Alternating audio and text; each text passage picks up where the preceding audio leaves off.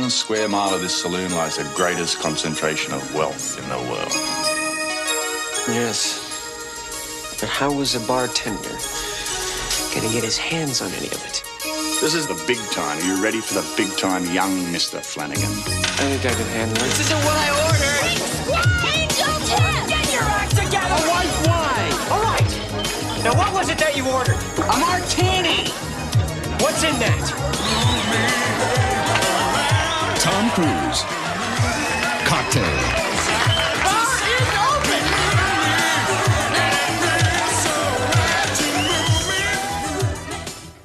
Welcome, everyone, to another episode of the Medfield College Film Society. I am Jeff Crawford, and this year, Season 6 of our fine podcast, we are delving into the world of Touchstone Pictures releases. With me, as always, my esteemed colleagues of the Society. Here we are. Pull up a chair to the bar, if you will. My brother... I'll make you a little amaretto sour here, a house special. Here you go, Michael. Michael Crawford, how's it going? Yeah, that's the stuff. I appreciate you didn't take 5 minutes to make it, too. That's what I like. Yeah, there's different schools of thought. Some people just like the drink. Other people like you to throw junk all over the place. Yeah, and some people like beer. Other people, That's just true. give them the shot. I'm going to give an old red eye here to my friend Andy Brown, who's just finished a lot of duty today. Andy, how you doing? Oh, man. It's after days like this is when you need a good drink. You can drown your sorrows here tonight. And, nothing beats a good old IBC root beer for my friend here, the president of our society. We went to Walt Disney World. We had an Animal House helmet that we'd put 2 IBC root beers in. It could connect. Mr. Robert McSwain, how's it going, Robert? I still have that helmet, by the way. It's really put away it lives in a prominent place in my garage right now. Right. As it should be. So, Jeff, I want to take a moment and let you guys know that Robert and I are in the same room tonight. Yeah. And we're doing a dual recording at the moment. So, yeah. It's a special night for the podcast. Hey. Live from the Waffle House. Yeah. Live from the Faraday cage. That's what we should do. Yeah, I could take the mobile rig to the Waffle House. Yeah. Well, that is exciting. Yeah. Well, man, Be Michael, passing notes and everything. I'm stuck out here in the swamp. just There's definitely knowing glances. Yes. out of face. Hope you all have a large styrofoam dividing wall between you two. The little eye cut out. Guys, We're going to be tossing bottles back and forth later. Yeah, there we We're go. got a routine we've been working on. Routine. We have a film in store tonight. One that is filled with surprises, just like a trip to the bar. Michael, what are we watching here tonight? Oh, we are watching the 1988 Touchstone film, Cocktail, directed by Roger Donaldson. It's not a classic Touchstone film? Or It's just a Touchstone classic. Yes, it is. Neo-classic. Yes, a modern marvel, as we should say. I would say so. It is written by a man named Haywood Gould, based on his novel of the same name, which I now kind of want to read. This movie stars the cruiser himself, Tom Cruise. It stars Brian Brown. It stars my dear sweet angel, perfect baby Elisabeth Shue. Third billing, I was disappointed to see. And not many other people in this movie. A couple of little bit parts. Gina Gershon, a very young Gina Gershon, in a very bit part. Also, as Elisabeth Shue's dad, the guy who played Sybok, Spock's brother in Star Trek V. Oh, that's right. Lawrence Luckenbill. A wonderful film. Wikipedia informs me is the uncle of the Wachowski sisters of Matrix fame. No way. Yes. I'll be darned. So think of that. This movie was made for $20 million and it grossed more than $170 million making it the 8th highest grossing film of 1988, despite its, well, it didn't have Rotten Tomatoes at that time. Rotten Tomatoes now with a single-digit score for this film. It did win the Golden Raspberry Award for Worst Picture of 1988. And the number one film was Rain Man. So a big year for Tom Cruise Rage. Cruise was the only actor to date to star in the Golden Raspberry Award winner for Worst Picture and the Oscar winner for Best Picture, both in the same year. Yeah, there you go. Peak early Cruise. Oh boy! Wow, this is the Touchstone dream. You know, you do a little. Of course, you know, usually the Touchstone formula involves passed over stars or inexpensive stars. That's the full one, but really small investment, huge dividend, and they did it to a T here. Well, I don't know. I mean, I consider Brian Brown the poor man's Aussie Michael Caine. I mean, Yes. Oh, that's a good call. Which is very fitting considering what's coming up later. Michael in the season. Caine. Yeah, he was hot off of FX at the time, which is what got him this gig. There was apparently a lot of drama behind the making of this movie, not the filming of it, but the writing of it. Fittingly, there's drama. The novelist who had written the book and wrote the screenplay, Haywood, he was unhappy with it. Well, it had started at other studios. It had kicked around other studios. It wound up at Disney. And then they decided they wanted Tom Cruise, who was, of course, very young. But the book and the original screenplay was written for like somebody in their late 30s who was kind of like reaching that point in life where they're starting to realize maybe it's not all coming together as a bartender, you know? That makes way more sense. Yeah. It makes, when you view through that lens, it makes so much more sense. But they're like, no, we got to make it's Tom Cruise. We got to make it like young and, you know, hot and sassy. So he had to like rewrite it all. So there was a lot of back and forth about that. So you can kind of detect that it was, I don't know, a whole plot written for a very different type of character. yeah, I can see that. So Top Gun came out 2 years before this one came out. Gosh, yeah, that's right. I feel like Tom Cruise looks younger in this movie than he does in Top Gun. Yeah, right. He does. Yeah. I saw a review online of this that said that this is the string of Tom Cruise's Good at Things movie, including Top Gun and Days of Thunder, and this, where it's just Tom Cruise. Look, he's really good at this. Yeah, how is he so good at this? Yeah. Also very notable for its soundtrack, of course. The soundtrack was huge. Yes. Really? Yeah. You owned it, huh? I owned it, yeah. Cassette tape. Yeah, We we had had it it on in our cassette household. tape. Yeah. Yeah. Kokomo, man. Yeah, huge hit. I remember the album coming out. I remember like kids in my elementary school having it. Trading cocktail soundtrack. Yeah. And you're right, it was for Kokomo. It wasn't for all the weird rockabilly covers of like 1950s and 60s. Yeah, man. Vintage songs. Uncle a Jesse was in the concept video album. for Kokomo. Like for Dukes of Hazzard, Uncle Jesse? No, like Uncle Jesse from Full House. Yeah. Filmed at, lest we forget, Disney's Grand Floridian Beach Resort. I remember true. that episode. It's all of a piece. He was playing like the bongos. Yeah. There was a Full House episode where they would party with the Beach Boys. Do you guys remember that? Yes, I think I do recall that. Member of it, yes. Mike Love living it up. That's right. On the sax, Mike Love. Well, so who has seen this movie? I have seen it at least twice before this viewing. Did you see it as a child? No. Okay, good. And I might have to tell a story about that offline because I don't know if I want this story to get out to the public. Okay, that's fair. Oh my! Ooh. But there's some history to this movie in the McSwain lore. So Oh man, that's juicy. so yeah, I had not seen it. I was unprepared. maybe I'll What a tell the wait. Patreon listeners. Yeah, pony up some money. I had not seen this movie either, except for the end, which I remember note for note. So why is that? How'd that happen? I must have seen it at the end of something. I mean, I remember it. It's so strange. Why? But I definitely haven't seen the rest of it. Yeah, Catch the end of it when you were tuning into Tough Guys, which was on after.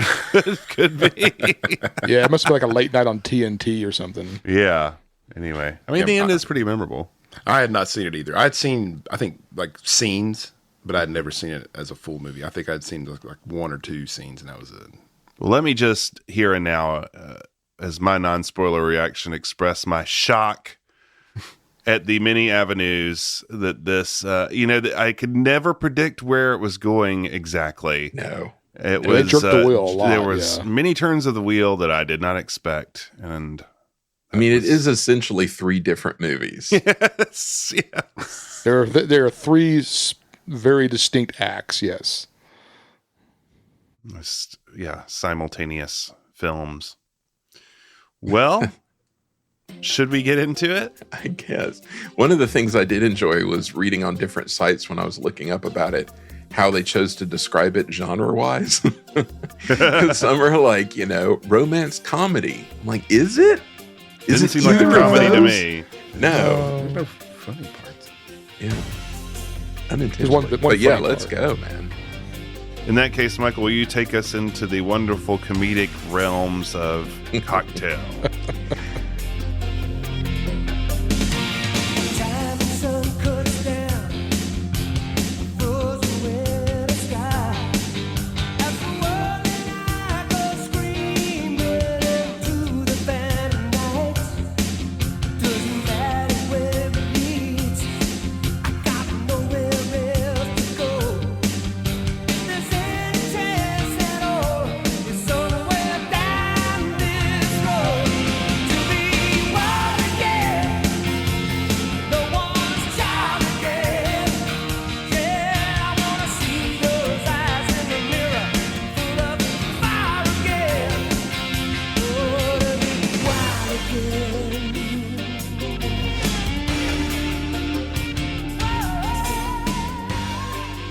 Things begin hilariously with the tingling music sensation of the Touchstone logo.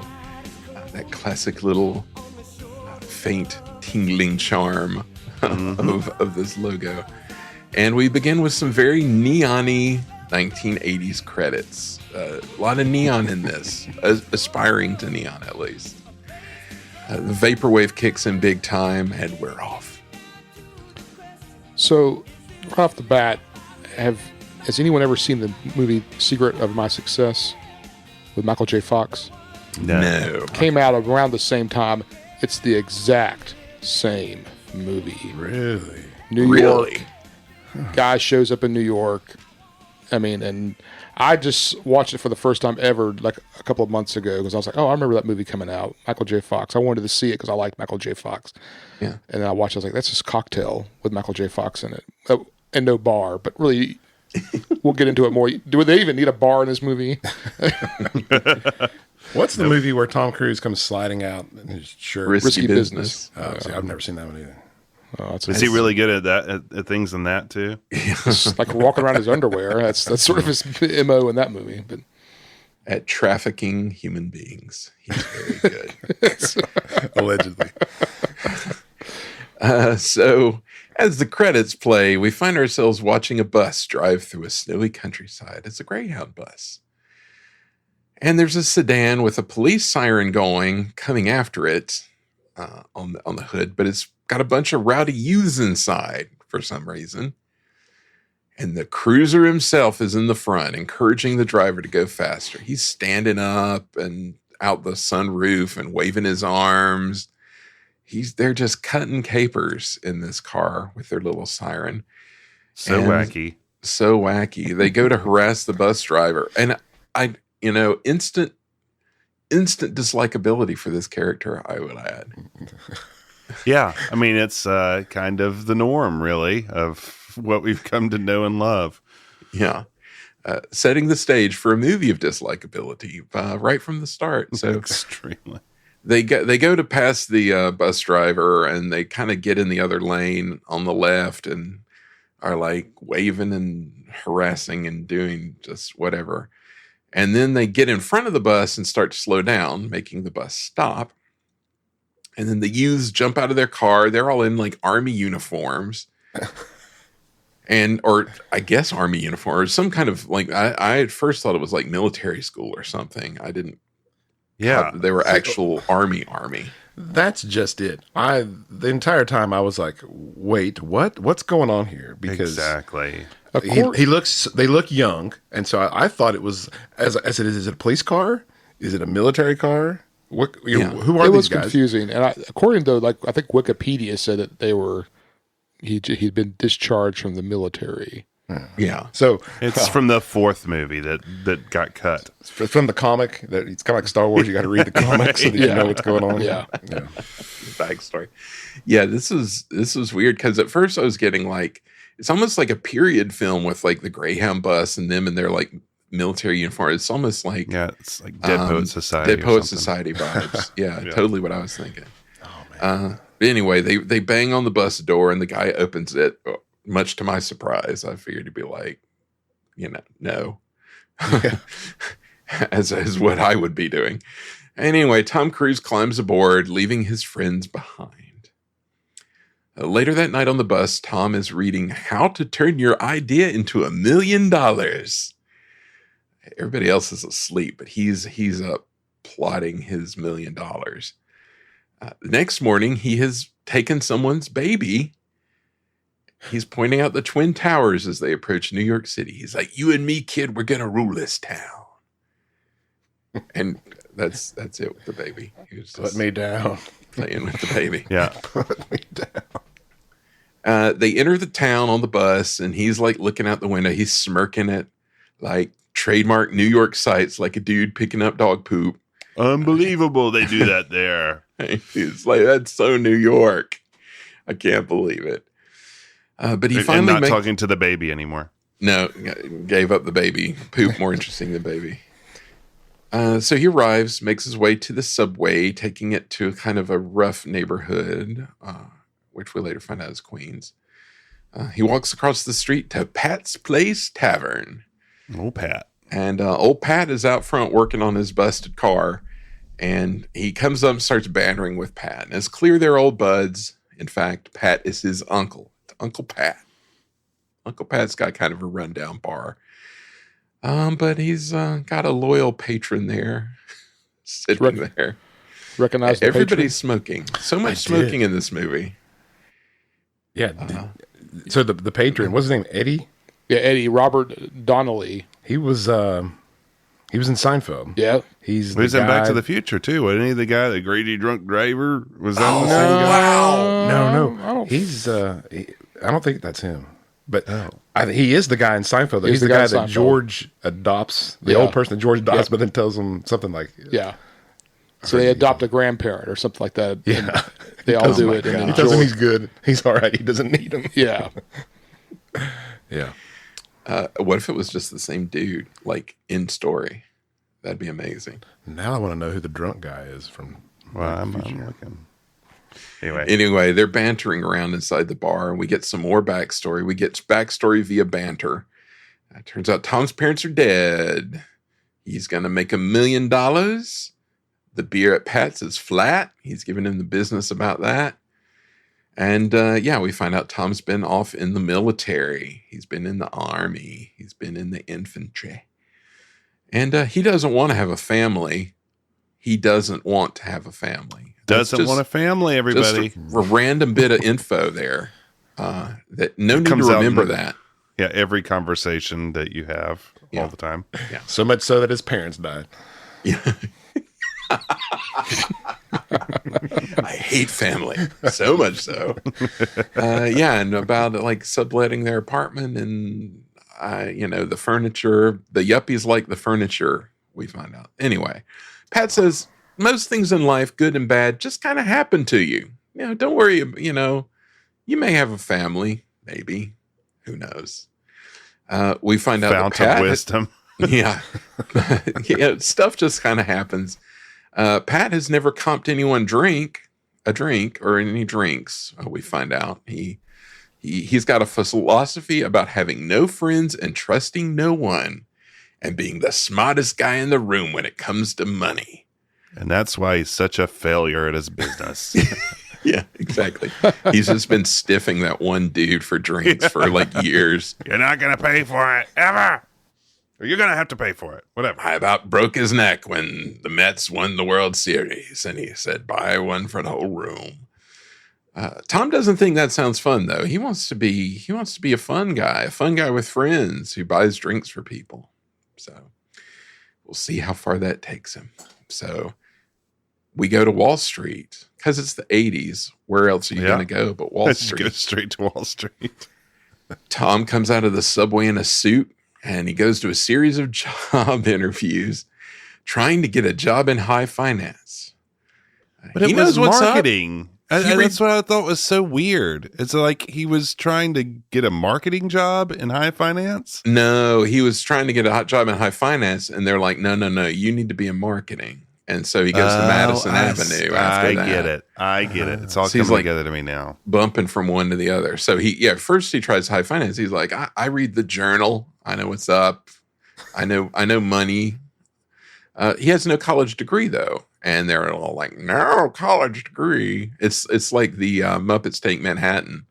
Trying to get going from can't take no for an answer. No. They're like, no, you need to be in marketing. So he goes to Madison Avenue, tries to get an advertising job. And they're like, no. So we get a parade of 80s executive types all turning Tom down because he has no experience. We go into like tight zooms on some unpleasant faces. Yeah, here. there's some interesting angles here. Yeah, there are some choices being made. Yeah. They say you should get a job in communications. He can't get a job in communications. Everybody tells him go to college. Get some experience. He finds himself looking at a help wanted sign outside a bar because he's been hitting the pavement and coming up empty. So this is the Muppets Take Manhattan. Yeah. Well, not just any bar, but I'll tell you, I'll come in when I realize what bar this is. Only much later in the movie. Yes, although you could see it here, but yes. Could you? Okay, so it's a TGI Friday. I did not realize that until much later when there's like an establishing shot of it. And I about fell out of my chair that it was a TGI Fridays. Said the same. I made a note. I was like, they're at a TGI Fridays this entire time? Not just any TGI Fridays. That's the original one. Oh. It's the original. It's the one that the franchise is spawned off of, which was a legendary place in New York, which is crazy to me. It is crazy. It's hilarious. Like the place to go in New York was TGI Fridays. What? Well, even I was telling Robert on the Big Star record, their second record, they're in a TGI Fridays, the second one that opened in Memphis, and it was like the cool place to go to. Get out. That's where that is? Yeah, go to Fridays. Unbelievable. Well, I know. So in a way, TGI Fridays wound up doing what Tom Cruise's goal was in this movie. Exactly. Yes. Whoa. Wow. Didn't the writer, didn't he work at that TGI Fridays? That I don't know. Who, Haywood Gerbil? Yeah, because I think I read that he he had been a bartender. I don't know if he worked at that. I think that's what I read, that he worked at that very one. And that's sort of where it kind of, and he got bored with his job, so he decided to start like juggling bottles and trying to make a show out of it. And wow, it's just after not realizing it's a TGI Fridays, and then seeing like all because it's like shown as a pretty like hardcore, like hardcore crowd, like people screaming out their orders, and then everybody smoking and yelling and just madness, and then to find out it's a TGI Fridays was just hilarious to me. Well, that's the funny thing is that in reading about it, it was like marketed towards singles. It was like the singles place, and then when they franchised, they're like, "Oh, now we're families." So it's like completely different. But it's just bananas. You didn't know how hard TGI Fridays used to hit, man. I did not. I was completely unaware with the blaring music of oldies covers. But it's like Robert Cheers Palmer. before Cheers, you know? Yeah. It's the same, well, it's not the same vibe, but same aesthetic vibe, I guess. Yeah, the Fern Bar Right. of yore. Anyway, well, TGI Fridays is looking for help. So he goes in and asks for the manager and asks for a job from the sassy guy who's running the bar. His name is Douglas Coughlin, who quotes one of his own set of personal laws. He's got Coughlin's laws. Anytime a character is introduced with their own personal laws, you know you're in for a ride here. Yeah. I'm just marking that this is the first magical bartender of the season 6. Just noting that here and moving on. It'd be like a whole pantheon, like a council of wizards. Could be. Yeah. He's the Saruman of the yes, or well, the magical bartender. Anyway, we find out that Tom's name is White, or Doug the Gray. Yeah, Doug the Gray. We find out Tom's name is Brian Flanagan, which made me laugh. It's really funny to me. Hey, Flanagan. Also, he knows nothing about bartending, as Douglas quizzes him on various bartending tasks. Brian knows nothing about anything. I think it was around this point I had to turn the subtitles on with Doug. Oh, really? Yeah, I just had trouble hearing him. I don't know if it was the TV I was watching it on or what, but yeah. Closed captioning for the all-see impaired. Yeah, so it says, we're on the Upper East Side, the big time. Are you ready for the big time? Foster's. Foster's. Jay's Go, voice, baby. please. That's not a knife. That's not a knife. Brian's like, yeah, I'm ready for the big time. So Douglas smiles, and we get a jump cut to a busy night at the bar where Brian is getting absolutely berated by some very aggressive waitresses. And aggressively doing the I can't hear you pantomime with his ear. What? Yeah. And it was that night. Is that right? Yeah. It must have been, yeah. Okay. No, maybe it wasn't, because he was closing up the first time he came around. So it must have been like the next night. Oh. Bar's closed. No Foster's. Foster's. Out of Foster's. We closed down when we're out of Foster's. Brian doesn't know how to make anything. Or do anything, like at all. Function as a human being. He's like getting hit in the head with like the cash drawer from the machine.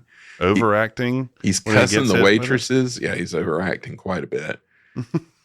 He is a hot mess. This is very stressful content. In the weeds, man. Yeah. This is where we get our first Tom Cruise freak out of the movie. Yeah. He yells, "I'm doing the best I can." It won't be the last. It won't be the last. There's plenty more to come. Yeah, but this era of Tom Cruise, can I just already say, drives me up the wall. Probably the most close to accurate Tom Cruise behavior. Yes. True. I say Tom Cruise is so weird to me, and I know that's not a groundbreaking thing, but he's like, I guess the only thing I can think of to compare him to is like Cary Grant, and that it is a person who changed their name and invented a completely different persona to be like a movie star. And like everything they do in their life is committed to the bit. And like, you don't know anything about like who they really are just because like, I'm a movie star. It's just so weird to me. There's like, who knows? But anyway, he's doing. Who knows what Greyhound bus he got on? Exactly. Anyway, the waitresses are yelling, and we get some very disconcerting close-ups of the faces of customers. This director liked to get in people's grills. Oh, but he only did it like for the first 10 minutes of the movie. Then after that, he just abandons that whole. Yeah, well, that's true. It's the customers are screaming. Yeah, it's like getting way up in their faces. Like they're really quick screaming orders for drinks, like Friar Tucks and Dingalings, those beloved drinks. This is not selling me on 80s New York City, any of this. No. not at all. Yeah. Brian doesn't even know what's in a martini, which I'm like, come on, man. Come on. After work, he's taking off his sock, which is like soaking wet for some reason. Gross. What in the world? It's like somebody like dipped his sock in a bucket of water and then handed it to him. How is that? What was that supposed to be? I don't know, but it's very evocative. There's other ways to show that he's been working hard. They did not need to Yes, show that. I agree, Andy. Thank you. It's like when Roger Rabbit gives Eddie Valiant his handkerchief and it's like dripping wet. It's the same like Foley effect. But he makes up with the waitress he cussed out and he's like, sorry. And she's like, but she likes him for some reason. And she gives him a cut of the tips. He's like, no, you get 10%. And he's like, wow, I don't deserve it. He tries to play it off. I don't deserve it. She's like, nah, take the money. And Brian's like, talking to Doug, says, oh, the waitresses hate me. Doug says, wait until you give them crabs. Then you'll really know hatred. Record scratch. I couldn't believe he said that. I really couldn't. What a great line. Then you'll really know hatred. So we cut away to university, where it's some college or university. Brian's going to class because he's taking some economics course from a fast-talking professor. He looks very lost as the professor's just sort of rattling off statistics. We go back to the bar. He's getting an intro to bartending from Doug. The intro to bartending, which mostly consists of how to stiff the customer with short pours and over-icing the drinks. But then impress them with bottle flips because you can distract them from the fact that you're ripping them off by flipping a bottle. So everybody's great in this movie. So later, he's picking up pretty quickly. He's doing bits for the waitresses and gathered customers. He's cutting up in the finest Tom Cruise manner. And finally, they tell him to, make some friggin' drinks already, but he's busy dancing and prancing and impressing the ladies who are predatorily smoking their Virginia Slims. And he's doing so well, he gets a high five from Douglas as he's sort of cutting capers. I hated this scene. I hated, immediately. I was just like, these people seem gross. Yes. And, goofy, happy, creepy, dancing Tom Cruise is weird. I don't like the dancing Tom Cruise either. No. The rage Tom Cruise and the dancing Tom Cruise I can do without forever. Agree. And Doug being he's like a creepy pickup artist kind of spouts that stuff. Slimy. He's like slimy as Cruise's socks. He's like the prime incel. He's like the incel from which all incels emerged. Incel prime. That's exactly it. I was gonna text y'all the other night that I think his backstory that he wound up founding 4chan. Because it is just like everything is like creepy pickup artists, like gross. And if I were these customers, I'd be like, just make me a drink. I don't want to see you dance. Do you imagine waiting that long? And then there's so many people. And it takes so long for one drink. Yes. Which made me think this had to have become a thing. Oh, yeah. And be just insufferable. Yeah. Oh, I remember it was a big deal when the movie came out. Yeah. Like it was like, how do they learn to do that? Like on Entertainment Tonight, it'd be like, it's the new hot thing.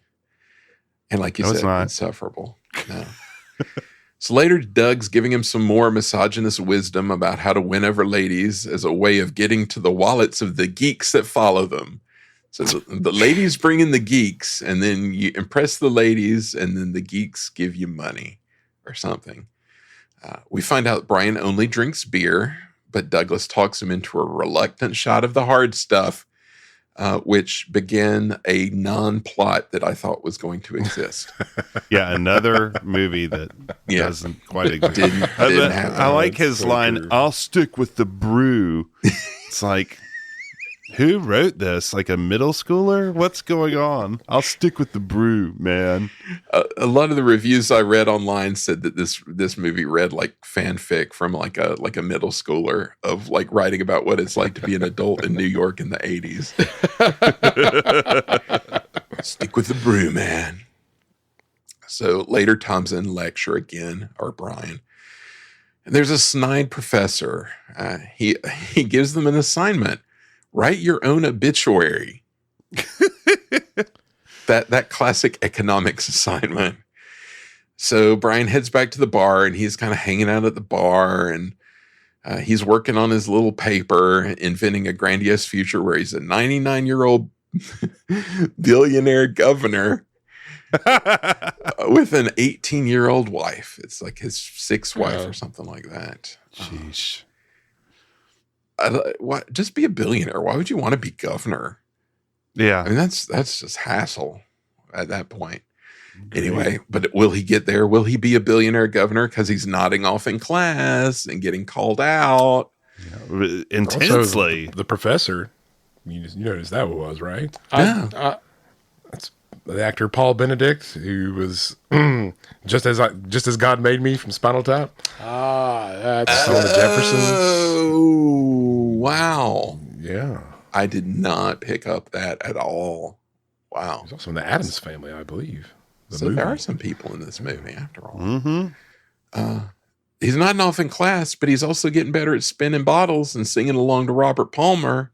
Yes. Oh, gosh. There is so much cocaine at work in this bar. I can't even talk about it because everybody is addicted to love and happy to be singing about it. Just He's the even dancing, his dancing. doing is, like a little DJ with like the stereo volume control underneath like the thing, like taking it down so everybody can sing without the music. And people love it. People love it. he's making eyes at some pretty lady, but she's got a geek with her. Everybody's got a geek out. She's got an old man with her. After work, Brian is drinking as he studies, continuing a plot that doesn't exist, but I thought was definitely going to be the plot of the rest of the movie. I know. I was convinced that's where this was going to wind up going. Yeah, so was I. It's one of the turns of the wheel that you don't see coming. Yeah. That they just never turn towards it, really.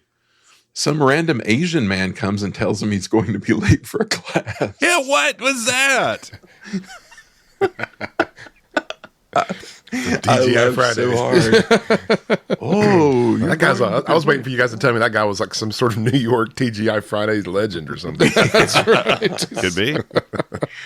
Bus boy of the year. This old Asian man says he's late for class. So Tom kind of has like a spaz attack as he's leaving. He's just like dropping all his stuff. And then he yells at Doug out of nowhere. He's like, I'm doing the best I can. There you go. There it was. Tom Cruise freak out. Yeah. Apparently, he had been assigned to put together a business plan for class. And the professor is really dragging everybody. He is torching them. Yes. It's just, yeah. So the professor, Andy, I thought you were going with this because I thought I recognized him from Seinfeld, and he was in Seinfeld as well. What was he in Seinfeld? He was the owner of the dog that Jerry gets stuck with. The drunk. Oh, that's right. Interesting. Farfa or whatever. What was the name of the dog? Farfa, yeah. Yeah. All right. That's perfect. Yeah, this guy is, it's like in the wake of the paper chase. Everybody's like, we need to have a really hard-nosed professor because, that's how they are. Yeah. And Man. like he rips into, there's like an older kind of almost middle-aged lady in the class. And he is just brutal to her. And like she had it was like a bakery or something. He's like, yeah, you've never been able to cook right in your entire life, but you're going to run a bakery, you useless old hag. And Brian like sticks up for her, which really rubs the professor wrong. He starts mocking Brian's business plan, which is franchising a New York tavern into suburban areas across the country. Was that when the professor says that she's going to be the Donald Trump of cooking business? Yes. Yes. No. Yes, it is. Yes. He was such an exaggerated character of a professor, like something out of like, I don't know, like a Cyndi Lauper video almost. Yes, totally. Yes. The Academy. You know how they are. Brian sasses him back, and the professor gives him an F, which is how things work. In college. Sass taught me you get an F. So he's back at the bar. Brian heads back to grouse to Doug about how nothing the professors say makes sense on the street, man. And maybe I'm just too old to be a student. I need to find something to do. So Doug's like, you're already in the perfect job. The bar is the key to riches. Like he's convinced that like there's gold in them there bar and that you just have to figure something out to get to the bar. And he's like, the bartender is the aristocrat of the working class. You can be standing in this bar and be struck by lightning. Like he's convinced like he even calls them angels. Like some in a Broadway play, some rich person's going to come in like, you're a great bartender. Let me give you a lot of money for some reason. Because you dance very well to Robert Palmer. Anyway, they have a few drinks and they get sloshed and are walking down the street at night singing Chantilly Lace really loudly because everybody loves the oldies. Nothing like the oldies. And Doug is talking about how important it is for a dude to be able to hold his liquor to impress the ladies. And then he takes an incredible header down some subway stairs. Man, that was the first of the real jerks of the wheel. I thought that I was like, what? Like, is he going to die? Like, what just happened? He could have died. He could have died. Yes, easily, yes. And with a glaring a goof, because they show him when he lands this huge puddle of water. Did you know? I mean, I didn't notice. Yeah, right. He lands right next to this huge puddle of water. Then the very next thing he's standing up and there's no puddle of water. And it was like it was so obvious that I was like, wow, that's bad. I missed that. Yeah, somebody needs to mop up this water. Fella could trip. Get me at Foster's. So they have a good laugh over his near-death experience and head back to Brian's apartment to have some warmed-up pizza for breakfast, I guess they were up all night. That's what's happening. So he's got breakfast pizza. And Brian's talking about, we got to set up a joint of our own, which at this point I still thought Doug owned the bar. So I was really confused by this twist. Yeah, I also thought that. Yes. Apparently not. Doug's like, owning a place takes money, the kind of money your books never deliver. And so yeah, this guy's giving all this advice and he's a bartender and he's like a 40 or 50 something bartender. And he knows the answer to everything. He has laws about everything. Yeah. The money, the books. Yeah. He's always dragging the books. He's always dragging Brian's get rich quick books, but Brian's big on positive thinking. He's like, we can make it happen. And Doug even has a name for the place, Cocktails and Dreams. It's a good name, man. Great. Real good name. It's it feels like a blog name. Or like somebody's like live journal, Cocktails and Dreams. It sounds like one of these young women who wants to have a blog, like you said, that has like bar recipes. Yes. And then talks about their life. Yeah. That's nice. And they're like a visualization board. Yeah, absolutely. Doug comes around to this. He's like, that's such a good name. Maybe I could partner with you. And they finally agree to a 60-40 deal. They even write it on a pizza box. Cocktails and Dreams. Could you fit Cocktails and Dreams on a license plate? 8 Not characters, without being cook. I don't know. People probably thinking it was something else. Cocktails in Dreams. Somehow. Tobias Funke could work it out. Yeah, exactly. That's exactly what I was thinking. A new start.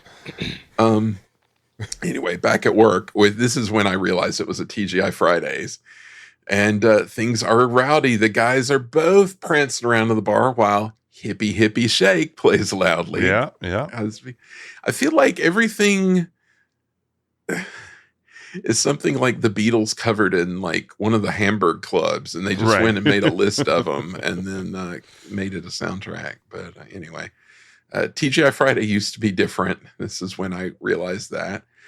And man, the guys have a whole choreography worked out, which is impressive, but means it takes like 5 minutes to make a drink.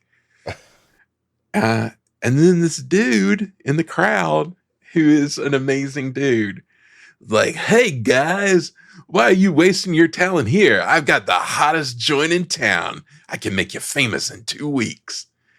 So it is the angel, the guy. That made me wonder. I was like, what's the owner of the hottest place in town doing at TGI Friday? Yeah. Yeah, that's an excellent question, Andy. Looking like looking for a diamond in the rough. It's like out scouting talent. Schwab's department store finding the next starlet. When do you ever see that in the movie of like a person being like, hey, you should come work at my place? I mean, wouldn't it be they were locking up for the night and the person's like, hey, great job tonight. You should come work at my place. That's how it should happen. Like, it was just totally bizarre. And then it like started going on and I was like, oh, that's all. That's it. What the heck is going on? Like, or pull a roadhouse. It was almost like the Blues Brothers. Yeah. You guys are great. Yeah. Come play for me. Yeah. But it's like Roadhouse. It's like the guy in Hughes. I heard you're Dalton, aren't you? And he's like, yeah. And he remember, he just stands off to the side. It's the same idea. Back in the day, the movers and shakers knew how to find talent. So anyway, this takes us to Cell Block, a gel themed club. Looks like a Klingon prison. It's little mannequins too. Little mannequins in there. I Klingon prison. Died so hard at this. It's like sprockets. It's like, what is going on here? Some like nerdy guy, like it's like a character. It's like they have Streetmosphere. This nerdy guy comes in with a briefcase and pronounces himself to like the entire like 3-level bar that he's the world's first yuppie poet. It's like a bit. It's it's an inexplicable bit where the guy gives a little like joke poem, but making it even better is the Foley of the random people yelling things at him off screen. Oh like, man. Stick it in your Volvo.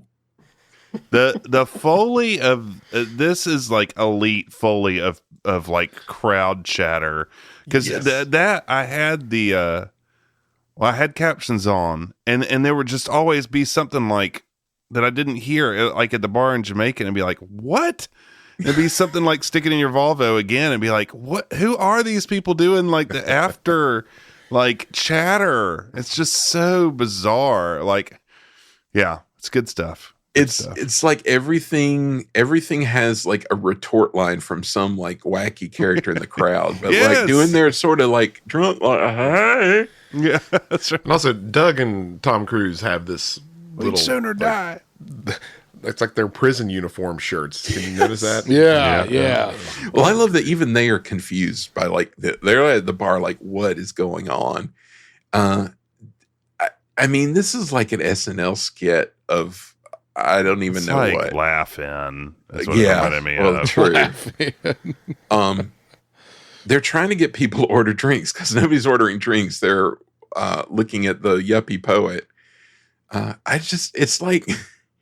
It's like something went wrong at like Pleasure Island at Disney World, and like it's like come to the nightclub where a gang of characters will entertain you. You know, it's like the Comedy Warehouse got into mannequins. Yeah, plus Adventurers Club. Yeah, we've got the yuppie poet. You know how he is.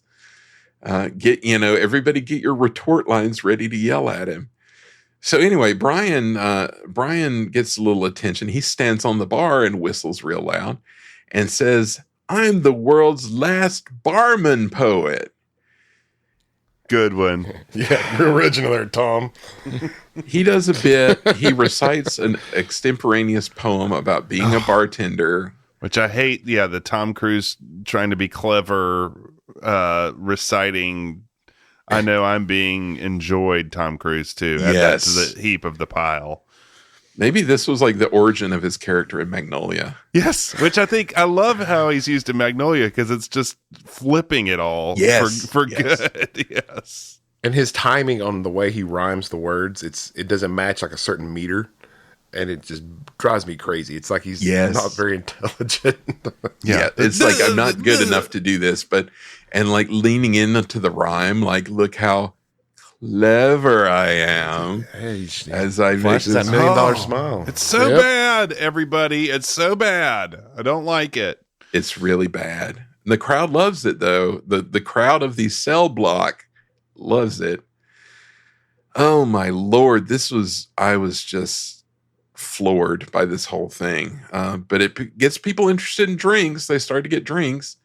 And a sort of like vaguely goth adjacent lady photographer, played by Gina Gershon, comes up and starts trading innuendos with him because like a lot of the drinks have dirty names. So it's funny to say those dirty names and like be dirty because it means a single entendre. Brian and Doug go into their dance again as another modern cover of an oldie plays. It All Shook Up is the one that is this time because they're shaking those tushies. Yeah. Big Innuendo bucks. lady asks for a photo of Brian. There's a funny. She's like, "Let me take your picture." And then Doug comes up and he's like, "I taught this boy everything I know." She's like, "Oh, can I just have a picture with him?" Like, go away, old man.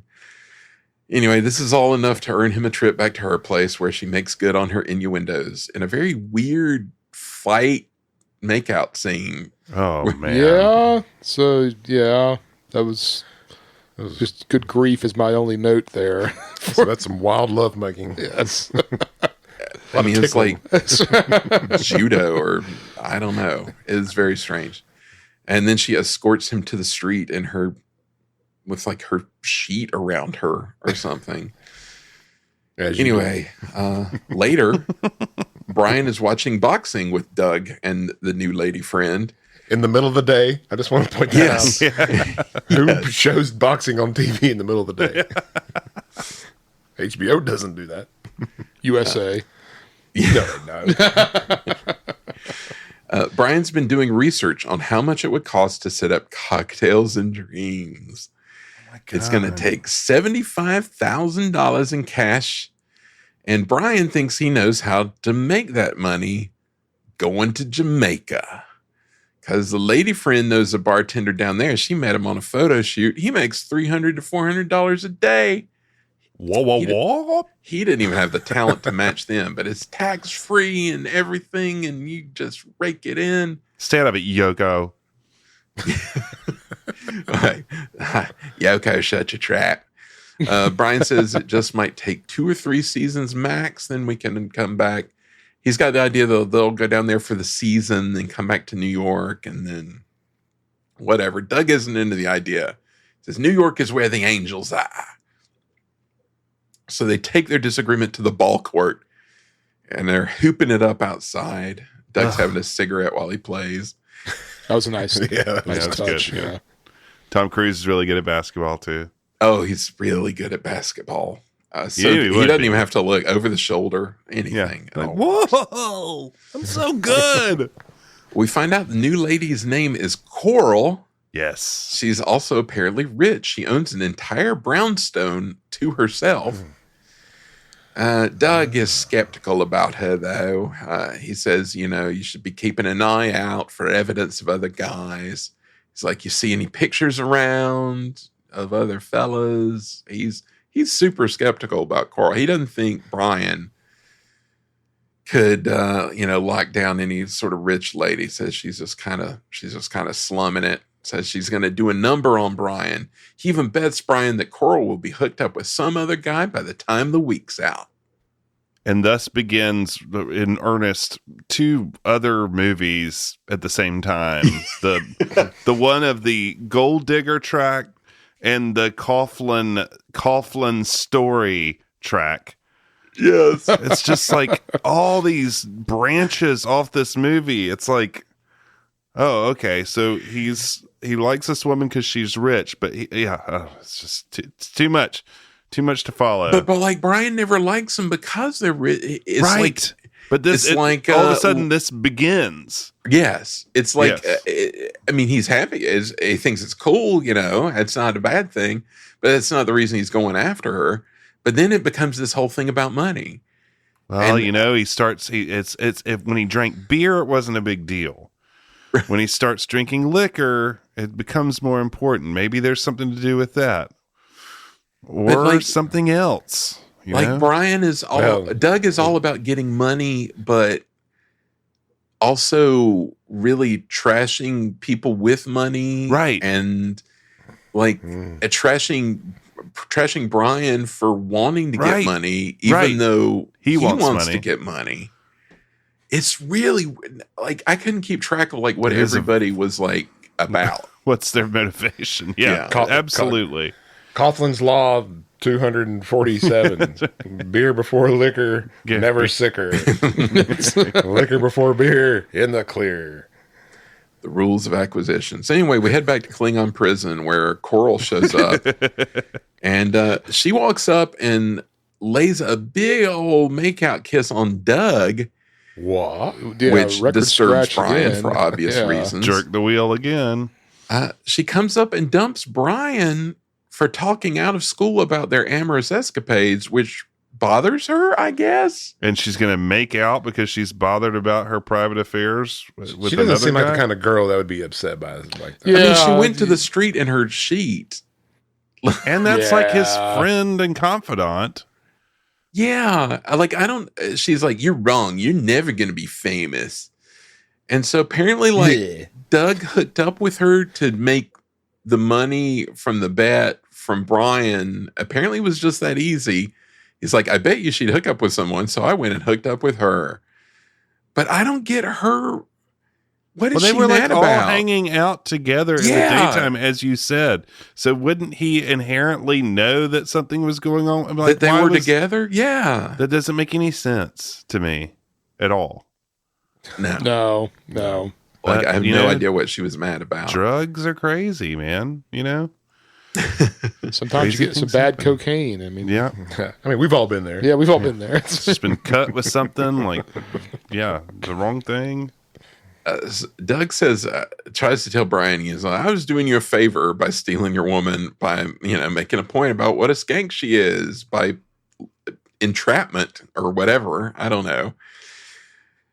And Brian punches him and quits the cell block. And away he walks into the night, and we reach the end of the movie. I mean, Act 1 of the movie. Aruba, Jamaica, ooh, I wanna take you. Bermuda, Bahama, come on, pretty mama. Key Largo, Montego, baby, why don't we go? Jamaica, off the Florida Keys. There's a place called Kokomo. That's where you wanna go to get away from it all. I wrote down on my notes, I was like, these are all awful people. Yes. I don't like oh them. my gosh, yes. That's the takeaway. Everybody except Elisabeth Shue is loathsome. Yeah. And I kept thinking, where's Elisabeth Shue? She's I know. supposed to be in this movie. I literally asked that out loud several times up to this point. Then we got another good freak out from Tom Cruise. He punches Doug. And, he goes out in the street and he's like, taxi. Yeah, stomps off. Mm-hmm. Go to Jamaica. Off the Florida Key, guys. There's a place I want to tell you guys about. If you're wanting to get away from it, then this is where you want to go. It's a place where there are beautiful bodies just sunbathing in the sand. Tell me more, Andy. And uh-oh, be careful. get yourself a napkin and a straw because it's so warm, those frozen tropical drinks just melt in your hand. Sounds pretty appetizing. Everyone is, not just one person, but everyone is just falling in love to the rhythm of a steel drum band. Preach. Down in Jamaica. Yes, we got there fast, and now we'll definitely take it slow. Act 2 kicks off in the Caribbean with one of the top songs of 1988 that definitely took my elementary school by storm. Yeah, same here. Yeah, For sure. That's right. I'm talking about Kokomo by the Beach Boys, what the Rolling Stone called a joyless ditty. Oh, I remember it was, getting heavy airtime on Charlotte Top 40 radio. Oh, yeah. And they said, to the drive time show that I was listening to when I was 8, said that people were calling travel agents wanting to know how to get there. Like people thought that there was really an island. And that's true. So crazy thing I will just add about Kokomo. It was written by a consortium of I was going to bring this up. mannered men, including John Phillips of the Mamas and the Papas, Scott McKenzie, who I don't know about his actions. He did If You're Going to San Brian Wilson Francisco. didn't write it? No, Mike Love and Terry Melcher. So What a consortium. that is a group right there. Yikes. But yeah, it was a demo of John Phillips. He may be the worst of the lot. And good Lord. In the video, wasn't it like Brian in the back, just scowling and sneering the whole time? Well, he did it anyway. On a was good he day, even that's what he was there? doing. I was going to say. Yeah. Well, yeah, so we get a jet skier who gets way too close to an outcrop of rocks as he heads towards a resort bar right on the beach. And, oh, hey, look, it's Home Alone's Uncle Frank. Yes, the sleazy guy sleazy uncle from Home Alone. Oh, yeah, it is. Look what you did, you little jerk. That's right.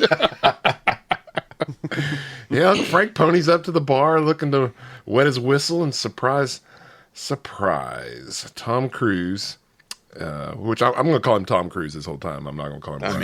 Fair. That's fair. Tom Cruise is the bartender at this beachside resort bar. Now, before Uncle Frank can get his drink, the always beautiful and charming Elisabeth Shue finally appears on screen like a breath of fresh air. Please. After being in the desert for a year, it's like a bottle of ice cold water. It's just, yeah.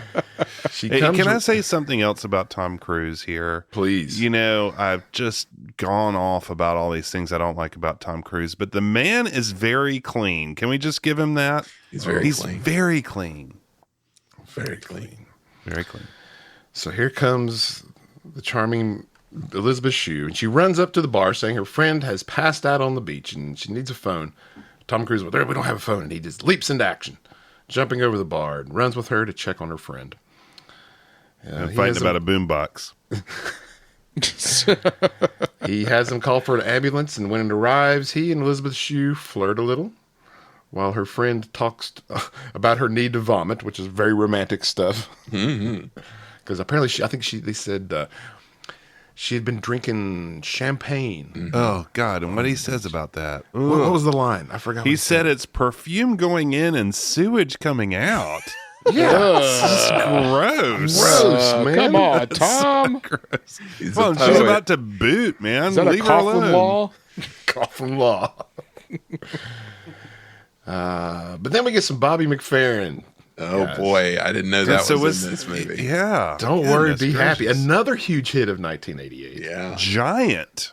Yeah. And begins to play as we cut to the next day when Elisabeth Shue returns to the bar to thank Tom Cruise for helping out her friend. Have we seen the dad from 90210 milling around yet? I'm not familiar with this person. Me either. Yeah, he's there. Like the guy that played the father in Beverly Hills 90210. Okay. He's just in the background, go. just hanging out. Wow. And I think he has one line. He's like, "Hey, I want a beer." I mean, that's all he says in the whole movie. Good eyes, Robert. So yeah, but there you go. All right. So yeah, she's returned to the bar, and Tom Cruise is doing his whole flipping everything routine, which at some point it has to get old, right? I mean, just pick up something and use it. Can I get my pour a drink for crying out loud? I read though that this whole time I thought that he had done some training, some school, learned how to do all this stuff. They said that he had like very minimal training, and he broke a lot of stuff. He dropped. I'm sure he did. A lot of things. He was not as good as it appeared, but they just made it look that way. Movie tricks. Movie magic, guys. Tom Cruise offers to buy her a drink and make her one of his special cocktails, but she just wants a beer, and that kind of catches him off guard. He's like, "Ooh, my kind of woman." Well, call back earlier in the film when all he said he wanted a brew. Well, they flirt some more, but then look who else has shown up. It's his old buddy Doug. Why? Comes through the crowd and that Aussie crocodile that he is. He sidles right up next to Elisabeth Shue. And Elisabeth Shue, she's immediately clearly annoyed with him. Yes. And because he's like, "Oh, you want to see how to make a grown man cry or something like that?" Man cry. Yeah, cry. He's like, "Hey, bartender, hey, know how to make a red eye?" Tom Cruise just immediately knows who it is, and he's like, "That SOB Doug." He just kind of turns around and looks at him, and they have some reunion banter with Doug hanging all over Elisabeth Shue. I did not like that. No. It offended me greatly. Get your hands off her. That's right. He's like, "I taught him everything I know." She's like, "I get a shrimp off the barbie." Shrimp off the barbie. Bluey. How to watch Bluey. Right. And she's like, "I doubt that." And I was like, "Good for you, Elisabeth Shue." Yeah. Stand She up to knows him. what's up, man. Come on. Doug spews more of his regular worldly BS. But it's been like a time jump too. It's like I haven't seen him in like 7 years. Yeah, I mean, what? it's been like a year or two or something. I can't even remember, He's but something aging like at an incredibly rapid rate. yeah. Yeah, Elisabeth Shue, she's not buying it. But then tells Tom Cruise that he has found love, pointing to this very scantily clad wife, played by, speaking of Roadhouse's Kelly Lynch. Yeah. Ah, yes. That's Robot. Who's, enjoying some attention from some young men. And Tom Cruise, I mean, he doesn't believe Doug until Doug calls her over. And he says they're there on their honeymoon. And it's true love. And by the way, she's loaded. She's loaded, guys. He's landed his whale. So silly. Well, later that night, the two couples are out at the reggae club. And Tom Cruise and Doug are returning with some red stripe. And Kelly's Lynch's character, I think his name is Carrie, Yeah. tells Elisabeth Shue that she thinks Brian is cute. And is surprised when Elisabeth Shue says that she's only known him for about 10 hours. I thought that was kind of funny. Then Doug takes his wife to dance, but she gives this kind of thirsty eyes to Tom Cruise as she's walking away, guys. And Elisabeth Shue tells Tom Cruise that she doesn't get them as a couple. And he explains that she's a rich chick whose family owns half of Manhattan, and just to piss them off, she decided to marry a bartender, to which she sarcastically replies, "Ah, true love," and they head off on the dance floor. Well, the young lovers dance the night away and later find themselves smooching under the stars and on the beach. And they're discussing her feeling that she was going to meet someone, as well as her dislike of Doug. And then she kind of almost wrecks the evening by asking point blankly if they're going to have a one-night stand. She's very direct. Very direct. Very direct young lady. And Tom Cruise asks her if her parents own half of Manhattan. When she says no, then he's like, "Well, your virtue is safe with me tonight." And I was like, this is weird. Yeah. It is weird. Just really weird. His clunky, like, I'm interested in money thing is really starting to grate on me at this point with his, like, even that, like, joke is just so, it's just. yeah. But I don't get, like, so Doug was dragging him for having a rich girlfriend. It makes no but sense. then Doug goes out and is like so excited he gets a rich wife. Well, maybe he despises what he sees in Brian in himself. and Could can't be. Ooh, see that that. is deep. Yeah, it's deep. Think Yeah. about it. Wow. One thing I noticed while they're Tom Cruise and Elisabeth Shue are standing there kissing and stuff, I was like, I know Tom Cruise is short. Yeah. And so I had to go look up and see how short he was. And he's only like 5'6", 5'7", right in there. Yeah. Wow. And Elisabeth Shue is 5'3". Yeah, She she's is tiny. tiny. Tiny. What? Yes. That's crazy. I thought surely she was bigger than that. And that they were just like putting platform shoes on Tom Cruise or something. Yeah. That's what what Kelly McGinnis was taller than Tom Cruise in Top Gun. Yeah, and they had to keep like doing all these angles to keep him from Digging a ditch and she's walking in a ditch. Well, guys, it's montage time. I mean, I was waiting for it. And as we get them riding horses along the beach and doing various things around town, playing at the beach and shopping and dancing. And I was halfway hoping that we would see like her get like dreadlocks or like hair braids like Monica and Friends, which I was like, that'd be nice. And you guys touched on it, but at this point, I'm wondering two things. First, what's her name? Because they've not said it yet. Nope. Unknown. And the second is, why is she there? Because it's, like you said, it's presumably been like at least like a week, if not more, or since that she's been there. Yeah, it's a long vacation. Yeah, it doesn't make any sense. Maybe tells you something about her that, just a regular person on a really long vacation. Well, Jamaica's tax-free, so maybe she's just enjoying that tax-free vacation lifestyle. Maybe so. Maybe she's Well, looking eventually- for bobsled. So Could be. that's what I was getting ready She's to friends say. with John Candy. Well, eventually they end up on the beach and she's drawing a portrait of him, and turns out she's an artist, but Oh, not a very good one from the looks of it. great. No. I got like the One day she hopes it will pay the rent, but until then she's been a waitress back in New York at Jerry's Deli, which Tom Cruise is familiar with. bless her. So Tom Cruise, I mean, she's just an innocent girl, guys, just working her way through the world. Yeah. Yeah, just trying to have a good time in Jamaica. Well, Tom Cruise steals the sketch pad and even says that it doesn't look anything like him. Which I love because it's like the kind of thing you would write into a script, but the fact is it literally doesn't look anything like him. Well, that's because it's the real him. Which I marked, yeah, right. Then Elisabeth Shue slams him, gives him a body slam on the beach. I was like, that was They nice. get really wrestly. Yeah. Oh, judo-y. Again. That's another one. And so sometime later, and I really mean sometime later because, like you guys said earlier, I can't tell how much time is passing during these scenes. No. Seems like a lot, though.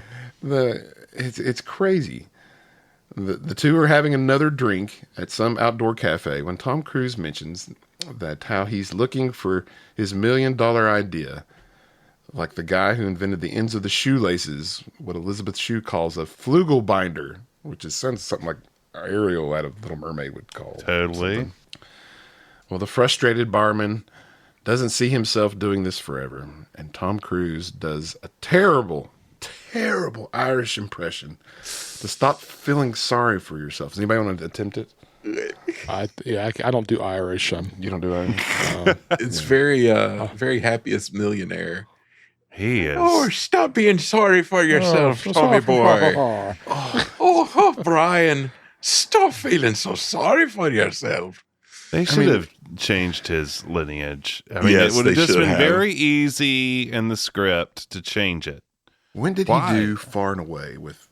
Oh, 90, dude, that 92, was after 91. this, but yeah. Yeah. Yeah, I mean his accent wasn't good there either. But Tom Cruise just don't do accents. It was such a Michael Scott moment or something. I don't know exactly who, but Now, there's a someone different like movie. That's Michael Scott and Cocktail.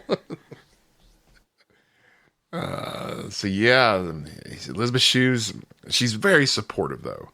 she says his flugel binder is out there waiting to be discovered. And I was like, oh, that's so nice of her, even though she can't draw. That's wonderful. He doesn't deserve her.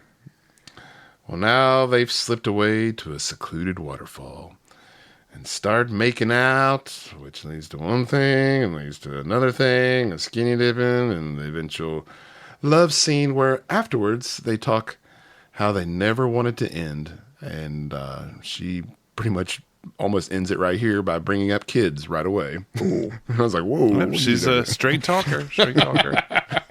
She's direct, that's for sure. Well, again, sometime later, this clock.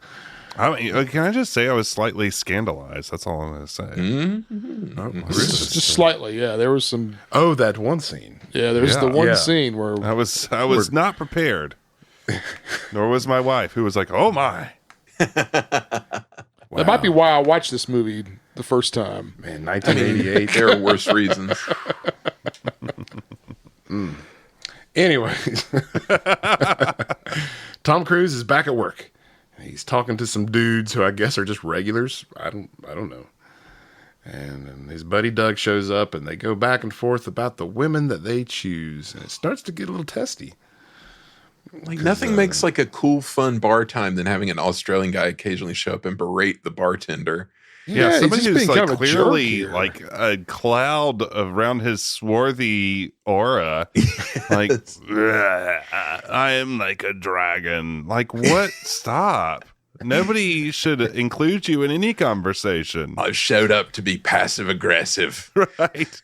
I hate you because I love you. Yeah, because Doug insults Tom Cruise. Yeah. He's like saying, yeah, I am. You're a worker, not a hustler. And then calls him out. Foster's.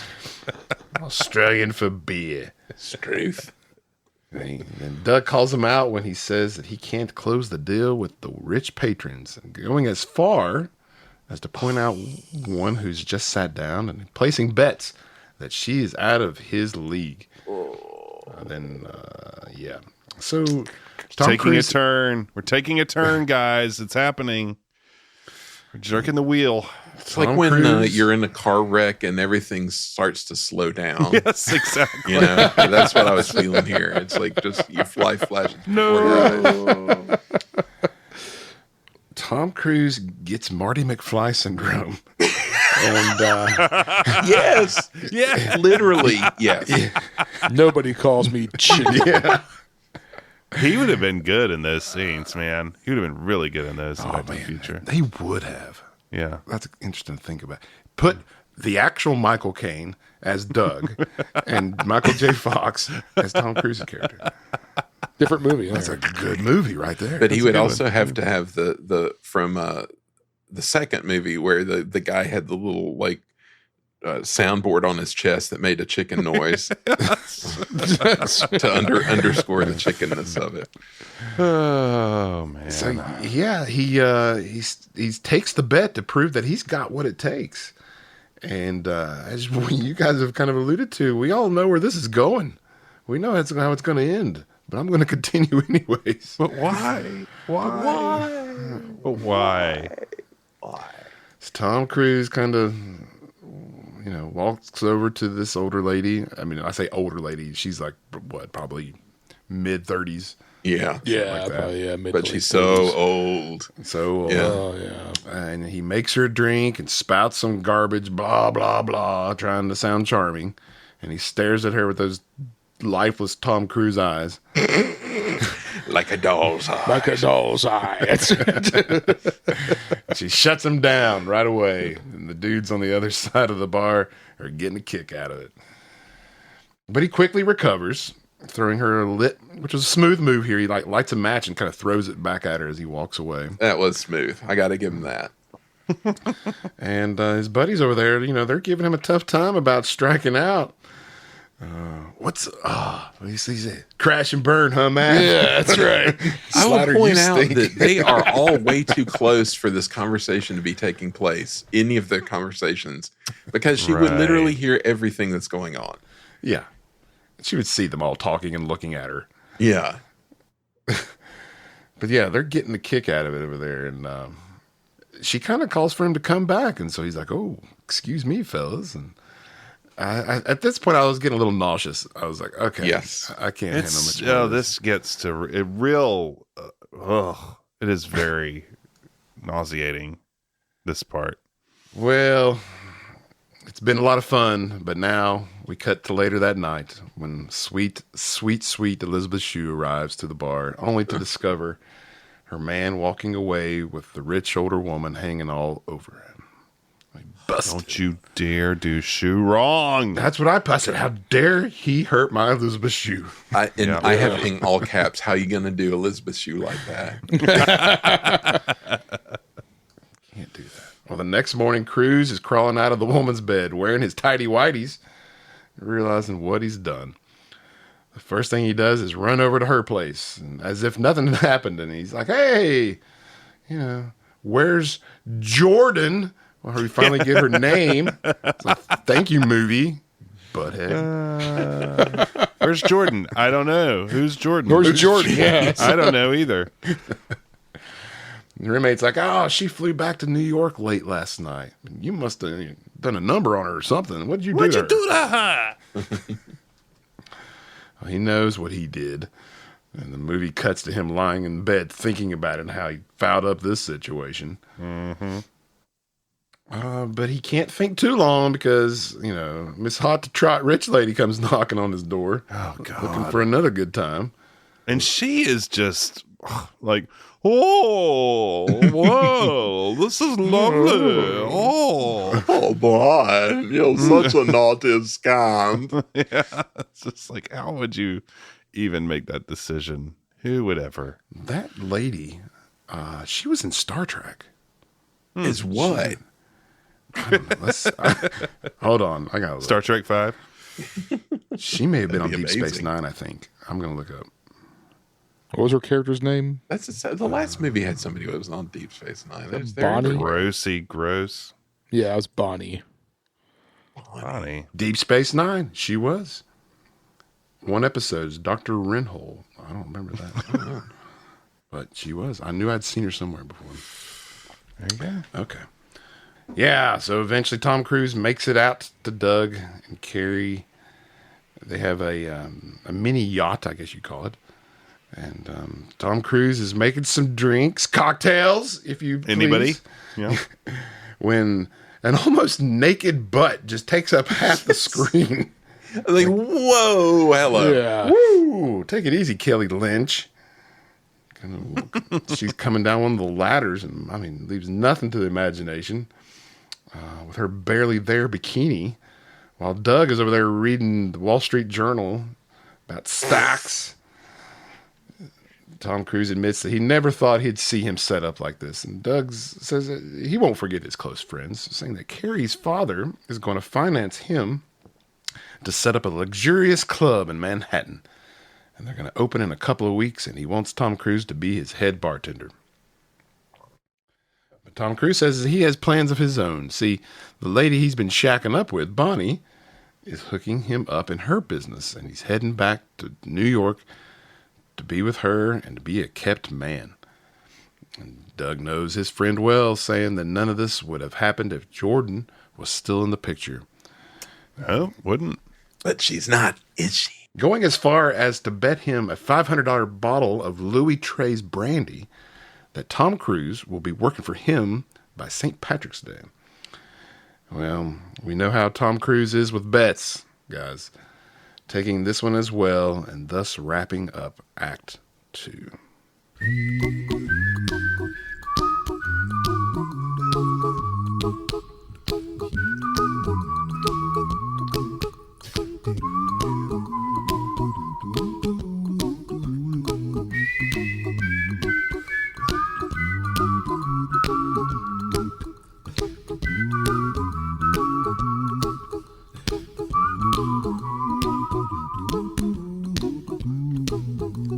Here's a little song I wrote.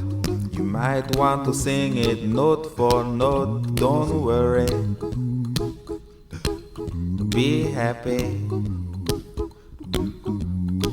In every life we have some trouble. But when you worry, you make it double. Don't worry. Be happy. Don't worry. Be happy now.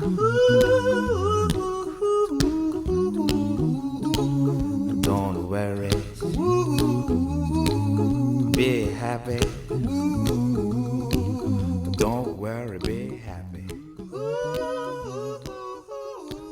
Nobody calls me Yeller. I don't even know how you would say it. Nobody calls me Yeller. He has such weird accents. It's like not only the poet thing. It's like all his acting. It's crazy. Nobody calls me Yeller. That's pretty good. Yeah. All right. So we're back in New York, and things are happening for young Tom Cruise. He's awoken to his new life in the fast lane with his rich girlfriend. She's doing 80s style aerobics on TV. Very loudly, I might add. Sweating to the oldies. Yep.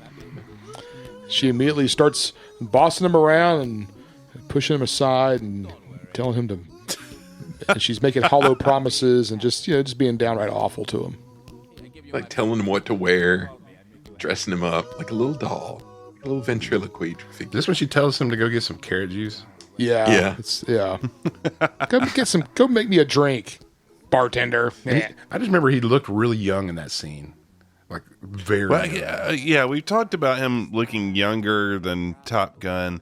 There's like a million, whoever's doing his hair has done like a million different looks. And some are like very fluffy. Yes. And there's one later in like a diner scene where it's like dipsy-do, like ice cream hair. And then there's just like the basic military hair, which is kind of what this is, where he looks really young, and it's crazy. He has like the Rain Man hair in some of it, like where he was in Rain Man with it's like really puffy.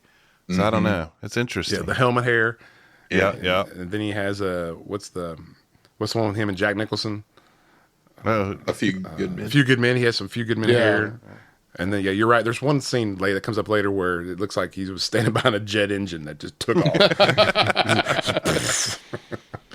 So Tom Cruise, he happens upon Jordan's diner and he sees her working and fluffy hair. He's all sad and mopey pants. Music starts playing. It transitions into tragic music as he and his sugar mama hop out of a limo at an art exhibit. Yeah, it's so gross. Oh, I hate it. She immediately ignores him as she talks to all of her rich yuppie friends and starts talking down to him, wanting him to take her coat. I did like the funny. She kind of calls him over, like, "Oh, come over here. Take my coat."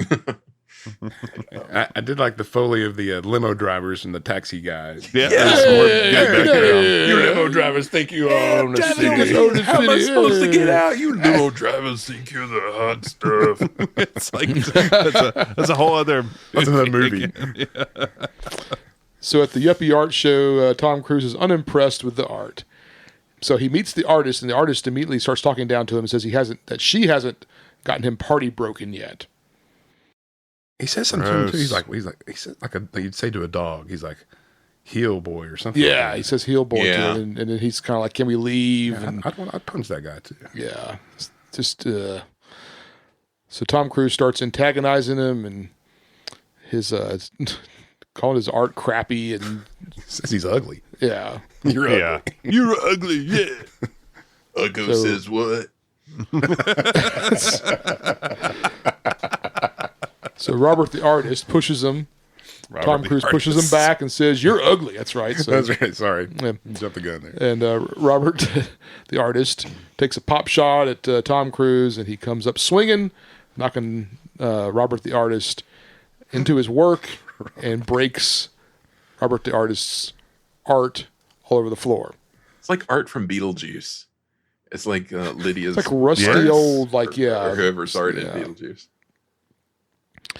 So outside, Tom Cruise hands his keys back to his sugar mama and says he's moving his stuff out, and he left a can of Spam in the fridge and hopes the brewer's yeast doesn't take it personally. What was that burn? I It's apparently a huge burn because she smacks him real hard. Yeah, she wasn't abused by that at all. Lets him have it. But that is Sick burn, Tom. It didn't make any sense. I had to go I had to back it up several times and what is brewer's yeast and why would I don't Maybe we're saying something that's really really foul. Somebody out there who's listening who was lived in New York during the 80s, that's the worst thing you could ever say. So Tom Cruise says he's tired of selling out, and he couldn't close the deal, and she'll wake up in the morning and with a huge sigh of relief because he's not there anymore. They kind of, they get in somewhat amicably. She just sort of saunters off, and I love when she clocks him though, right where he had got punched, and almost knocks him out. He's like, "Ow!" Yeah, he gives to the deck. Yeah, it's good. Well, she is 7 foot, and he's 5'6". Tom Cruise heads over to Jerry's Cafe to find Jordan the next day.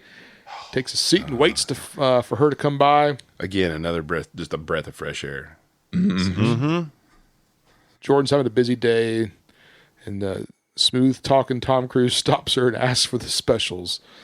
Jordan is less than thrilled to see him. Can't say that I blame her there. And wouldn't be real thrilled to see him either after what he did. But Jukebox playing another oldie cover, by the way. When he's just being annoying. Yeah. It is ultimate toxic creeper dude. Everything he says. Oh gosh. Everyone's hassling Jordan's. She's trying to convince stubborn Tom Cruise to leave. Says his sexy little smile won't save him this time. Really? You think it's sexy? Well, that's what she says, but No. I mean, that'd been funny his response. Right. You think it's sexy? You think it's sexy? Blush. She asks if he wants the specials and stomps off. She comes back and dumps the meatloaf on in his lap and the chicken a la king on top of his head, and then empties a bottle of ketchup on him. Also, mentioned, there's a table next to him. They're like, waitress. Yeah, so they're hassling her. They're like, yeah, we need to see this. Yeah, I got theater tickets here. What's going on? We've got theater tickets, miss. But I love when she's like, would you like to see the specials of Tom Cruise? They're like, you can hear them say, we'd like to see the specials. Yeah. Yeah. The payoff of it all is Tom's like, I wasn't asked to see the specials. Oh, that was the worst line read in history. Yeah. That's so bad. But the shot of the busboy, that makes it all right. The busboy's like, I got what was coming in, man. That busboy is all of us. Yeah, exactly. So he's been friend zoned by Elisabeth Shue. That's his problem, the busboy. Yes. Maybe she'll like me now. Yeah. What a jerk he's back there consoling her. Don't ask for the specials. Honk, honk.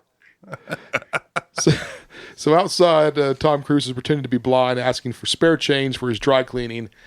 Says he has a right to defend himself to Elisabeth Shue or Jordan. No, he doesn't. Yeah, he doesn't. Says he wants to at least explain what happened.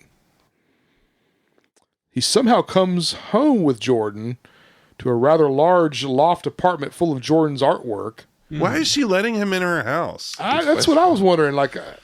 Well, I guess they explain it here in a minute. She asked him why he humiliated her in Jamaica. He tries to play dumb and says he was trying to win a bet.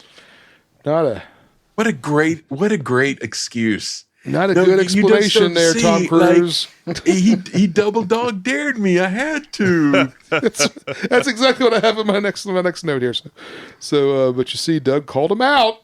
He had to do it, guys. They laid down a dare. You got to take it. You got to do it. It's dude law, Jordan. Dude law. You just don't understand dude law, Jordan. Coughlin's rules. Yeah, it's Coughlin's law. Not good, Tom Cruise. Not good, man. No. But he then doubles down and says that she was pushing him and coming on too strong and too fast. Ew. Tom Cruise, man. Not good. Dig that hole deeper. She deserves so much better. You deserve better. So much better. We're all in agreement. Yes. If you disagree, listener, Shame on you. Yeah. Shue. Not the good way. So Tom Cruise says he got spooked and he can handle it now. I can handle it now. I'm not, Elisabeth Shue bets him she can spook him and says she's pregnant. What? Tom Cruise asked the worst possible question you could ask somebody who just told you that and says, "Is it mine? Are you sure it's mine? Are you sure it's mine?" Man, this is where the plot goes truly bananas and believability of like. I thought she was messing with him though. I thought she was just saying. I did too. Yeah, that would have been she was awesome. trying, Just to see what he would literally do, trying yeah. to spook him. Yeah. Yep. So Elisabeth like, Shue no. kicks him out and says that the only reason she brought him up there was so she could just tell him that, and she says she knew that if she told him that it would get him out of her life forever. And then she turns around and belly flops on the bed. Yeah. I was like, "What are you doing? You're pregnant." Yeah, come on, Elisabeth Shue. Come on, Lizzie. So Tom Cruise is back at his uncle's bar, tells him he's going to be a father. His uncle says to do nothing about it, that Elisabeth Shue walked away, wanted him to walk away. So, but Yeah, Tom they're Cruise like, "This says- is awesome." And she's like, she doesn't want anything. That's great. Good for you. Tom Cruise says he cares about her, though. Feelings. Yeah. I mean, they got in the way. So he heads back to her flat, but he can't find her until her neighbor informs her, or Not informs cool. him, that she lives over on Park Avenue at 67th Street. Tom Cruise does a double take, and he says, "What? Park Avenue? What?"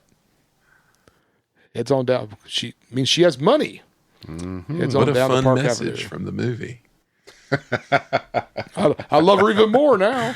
The doorman won't let him in, though. They live up on the penthouse. He manages to sneak by the doorman somehow, but they don't say how. He just ends up on the penthouse floor anyway. No, he does a little he jumps does. up on They the show jumps it. on the elevator. Yeah. It's Does he do it there? I thought he did it later in the. No, he does it there. Okay, I must He have does looked it down there. at my notes when he did that. But so he manages to sneak up, and Stuffy Butler lets him in. The Stuffy Butler is so good. Oh man, I love the Stuffy Butler. He calls up. That's what it was. So yeah, he calls up, and that's how he goes up there because the father. Yeah. Okay. Oh yeah, they let him up the first. Oh, that's time. right. Okay. Yeah. All right. Yeah, you're right. So it's an ultra swanky abode up there, and Jordan's father walks in and brushes Tom Cruise off. Can't say that I blame him too much. Tom Cruise tries to sweet talk his way out of this. Says he's not sure what they're going to do, and her dad says she needs people around her that she can trust, and she just can't trust him. It's so weird, the knee jerk of like why we're supposed to be Tom Cruise. Like, Yes. it's supposed to be fine that he did all this crazy stuff, like just on the whim of a bet from this true psychopath, Coughlin.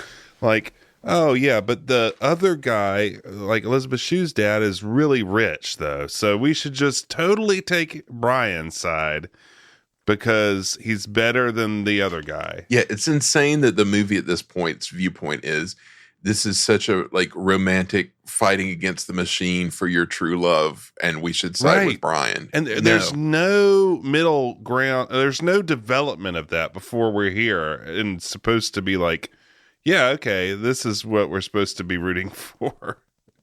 So Elisabeth Shue comes home, and her dad hands Tom Cruise a check for $10,000 in an attempt to buy him off. We have a little bit of a domestic dispute breaks out as they are arguing. Tom Cruise says he wants a second chance. He deserves a second chance. No. Says she needs someone who can. She says she needs somebody who can be honest. Tom Cruise throws it back at her and says that she is the original rich chick and who wasn't being honest with him. No. Not good enough. Not good enough. Yeah, well, you weren't on it. Yeah, I ran around on you, but you didn't tell me you were rich. If I knew you were rich, That's I not would a have never done it. Shades of gray, man. Shades of gray. So Elisabeth Shue says because he was too hung up on wealth, she didn't want to talk about it. That's a good point. Okay. Good point. Good point, Elizabeth Shue. Man, Elisabeth Shue is just preaching in this movie. Yeah. She's just like the voice of reason in a completely unreasonable world. Mm-hmm. If he knew that she was rich, she wouldn't fully know how he felt about her. So Tom Cruise tears up the check and walks out and says, I guess you'll never know how I feel about you then. It's like, yeah, I can Drops get the bought mic. off for that. Yeah. 10K? Tom Cruise rolls up at Doug's bar or club or whatever it is, sneaks past the door, finds Doug, who introduces him as his best friend and his only friend. Doug's wife comes by and she's being pretty open with the kissing here. Mm-hmm. So Doug suggests they get outside and go somewhere where they can talk. He comes up to a yacht and they head below deck and start drinking. It's like, man, how much longer is this going to go on for? Because this is a whole other movie. Yeah. We're well into the third movie by this point. Yeah. Tom Cruise is impressed with the life Doug has made for himself. He's got it all made. Doug doesn't really see it that way and says his ship is going down and he's going down with it. Said he should have stuck with what he knows best, and that's pouring drinks. Instead, he took the money he got from his rich wife, bought stocks on the margin, and blew it all. Commodities! To make matters worse, his rich wife knows nothing about it.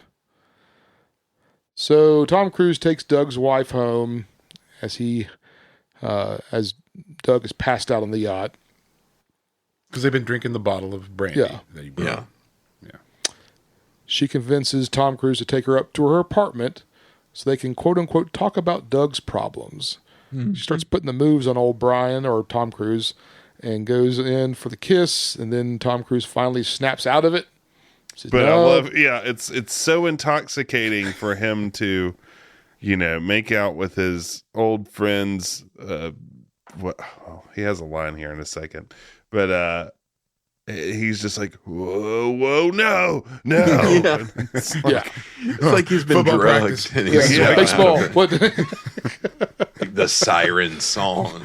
Margaret Thatcher it's naked on a like cold day. Well, she's none too pleased that starts telling him he's scared, and that then we get a nice Tom Cruise storm out. There's lots of storming out in this movie. Lots of people. Everyone storms out of rooms. I've noticed in this movie. But he says, I can't make it with my best friend's old lady. Yes. I thought that was going to trigger her big time. Me too. What a line. I was What a expecting line her for to that insult his situation. manhood or something. Like, I bet your weenie doesn't work or something. Can't make it with my best friend's old lady. So here we go, guys. We're heading on back down to see Doug. We're going to go, finish off that bottle. These two friends are just going to just reunite and just say, it's okay. Well, Look Doug, he's dead. Oh, what? Scratch? What the what? Tom Cruise would like to thank the Academy as he starts frantically yelling, "Help me! Somebody help me!" After he dips his hands in Doug's blood. Oh, man. Was it clear to you all that he killed himself? That was not clear to me until I read it later. I was like, what? I assume that was what happened, but it was very not clear. But it's very not clear But it's staged. It's staged almost like he fell because he's like bleeding. Exactly. He's cut himself on the cognac or the brandy or whatever it is bottle. But it is almost like he got drunk and fell. Yeah, and cut Because he himself. fell earlier in the movie. We saw Yes. this. Oh my We've gosh. seen it before. Never yeah. forget that. But I assumed it had to have been intentional because that's just the movie. But I did laugh at the exterior shot of the boat as you hear Tom Cruise, help me, Somebody help me. So the coroner's loading up Doug's body, and we crossfade to Tom Cruise having a pensive walk around town. Because just like that, he's back on the street. Crossfade again to a funeral. Again, how much time is passing here? 'Cause, no one knows. No one knows. All right, think about this. His alibi, when he's talking to the police, he says, "Where were you?" He says, "I was with this guy's wife." And banging this guy's wife. Yeah. It's like, wait a second. Your blood's all over this place. Yes. Or your hands are in this blood. I mean, I was thinking that too. Is like that would look really sketch when like the police showed up to be like, where were you? Yeah, exactly what you said. I was off with his wife. And it becomes the fourth movie. Yeah. Serving crime. Police Quest. Yeah, that's right. Police Quest. New York streets, Police Quest. Cocktails and Police Quest. Police Quest. Cocktails. Elisabeth Shue's dad is like a magistrate, and she appeals to him to let it out. I would watch this one. Man. There we go. So we get lots of crossfades here. So we crossfade to a funeral. So several days have passed, maybe at least 3. We crossfade again to an apartment. As Maybe at least 3. He's just been wandered around crossfading between. They should have just had a crossfade to a clock that's going. Time passes. So we crossfade to Tom Cruise's apartment, and he's going through the bills. And he finds a note from Doug. Evidently, he left a note, and it says, yada, yada, yada, the bottle's empty. And he gives one more Coughlin law and says, bury the dead. They stink up the... Bury the dead. They stink up the place. Cheers. And to ignore the rest of Coughlin's laws because he was full of it. I'm as dead as a dingo. I love you. Dingo ate my baby. Dingo ate me. Boy. Brian looks over at his Cocktails and Dreams sign and starts crying. It looks like a Cocktails and Dreams sign that like you said, like an 8th grader would have drawn like on his notebook. Someday I'm going to make my own bar. You had a trapper keeper with that on the front. Just Cocktails and Dreams. So he heads back over to Park Avenue and isn't allowed into the building. He manages to sneak onto the up to the top floor of the penthouse, jumping on the elevator. And he finds Elisabeth Shue, and he leads off with Doug is dead. Kind of a heavy approach there. It'll buy you 5 seconds. It'll buy you like 10 seconds of confusion to like. That's right. Now that I have your attention. Yeah, the mental processing is happening. So the security gets up to the penthouse and he begs Jordan to give him a chance. And he loves her and he wants to marry her now. And so we get a real The Graduate moment here. Don't do it. Yeah. Don't do it.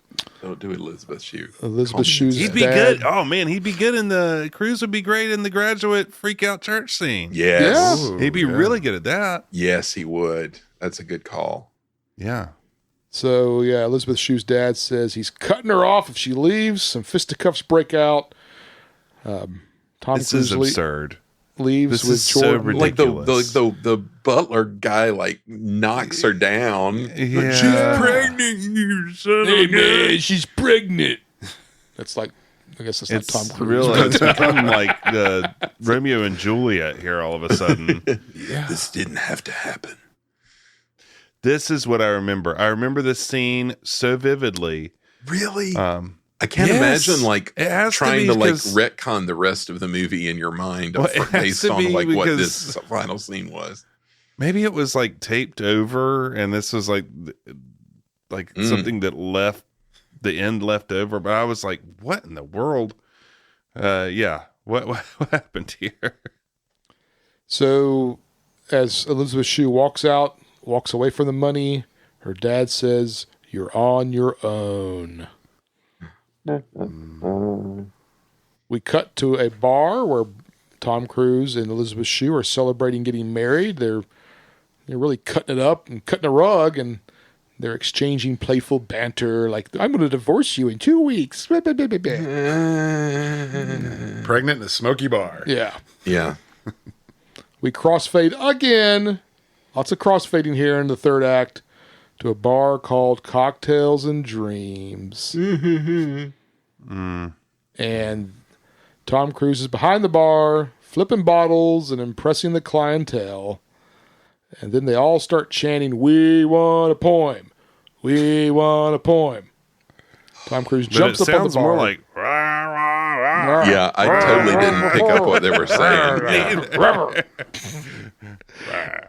So Tom Cruise jumps up on the bar, recites a poem to his unborn child, while his very, very pregnant wife watches on. He ends Time it- passes. He ends it by saying that he'll be the best dad he can and he'll never get spooked again. Elisabeth Shue says she can spook him. She bets she can still spook him and announces they're having twins, which is stupid because she's like 8 months pregnant. She would have found that out about 6 months ago. They separated. But whatever. Tom Cruise announces drinks on the house. The bar is open, much to his uncle/investor's dismay. And we roll credits on Cocktails.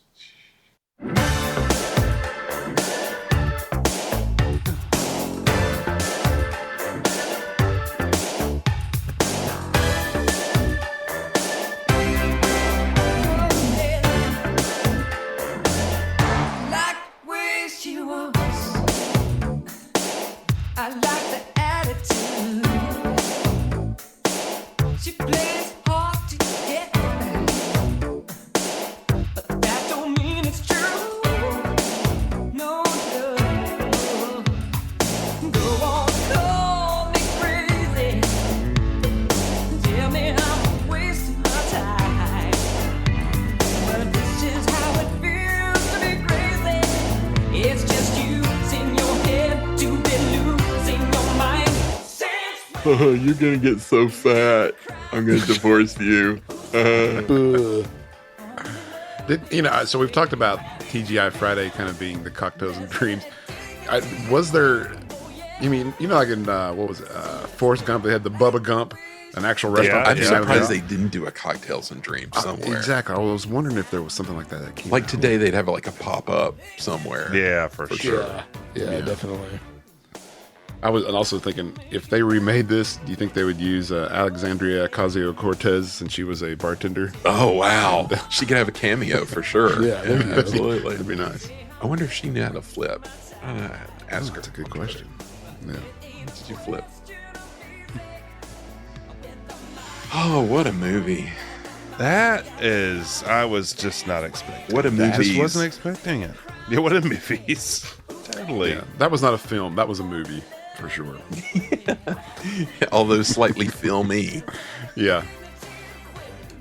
It made me want to take off my sock and wring out again. Wring out your socks. Oh, that was a tough one, guys. It's a long day at the office. Boy. Man. Yeah, well, that was that one. And I think the only way to really fully digest it is to rate it. We will do so using our BCS.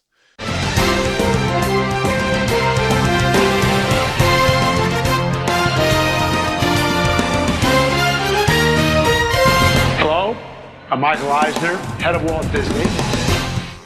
Yes, that's the BCS presented by Topps Trading Cards and part of the Go Network. As always, check us out at go.com. Anything you need some weather, go to Go. It's there for you. Check your stock prices, see how your margin stocks are doing. Yeah. That's right. The latest scores, commodities, maybe drink recipes. Just search for it at the top of go.com. All right. As we do, we're using our special rating system. It's going to give us a score: single, double, triple, home run. I would say, in the box office world, Cocktail was a home run. What about the plot and writing? Score of 1 to 5. Michael, I give this to you. That's going to be a 1, Jeff, for me. Wait until you give them crabs. Then you'll know true hatred. Is my answer to that question about the writing of this movie. And, I like I said at the start, it was rewritten a lot, and I read a quote from the guy who played Doug. It was like, the original script was one of the greatest scripts I'd ever read, and then they changed it. So I would love to read the original script, see if it's as good as anybody said it was, because I have doubts. Yeah, I got my doubts on that. Andy, what do you say? I'm going to give this a 2 because I don't like these people, But I know there's some people out there who actually probably liked this. And it's just not my scene. And I'm glad it's not, Andy. I'm glad it's not.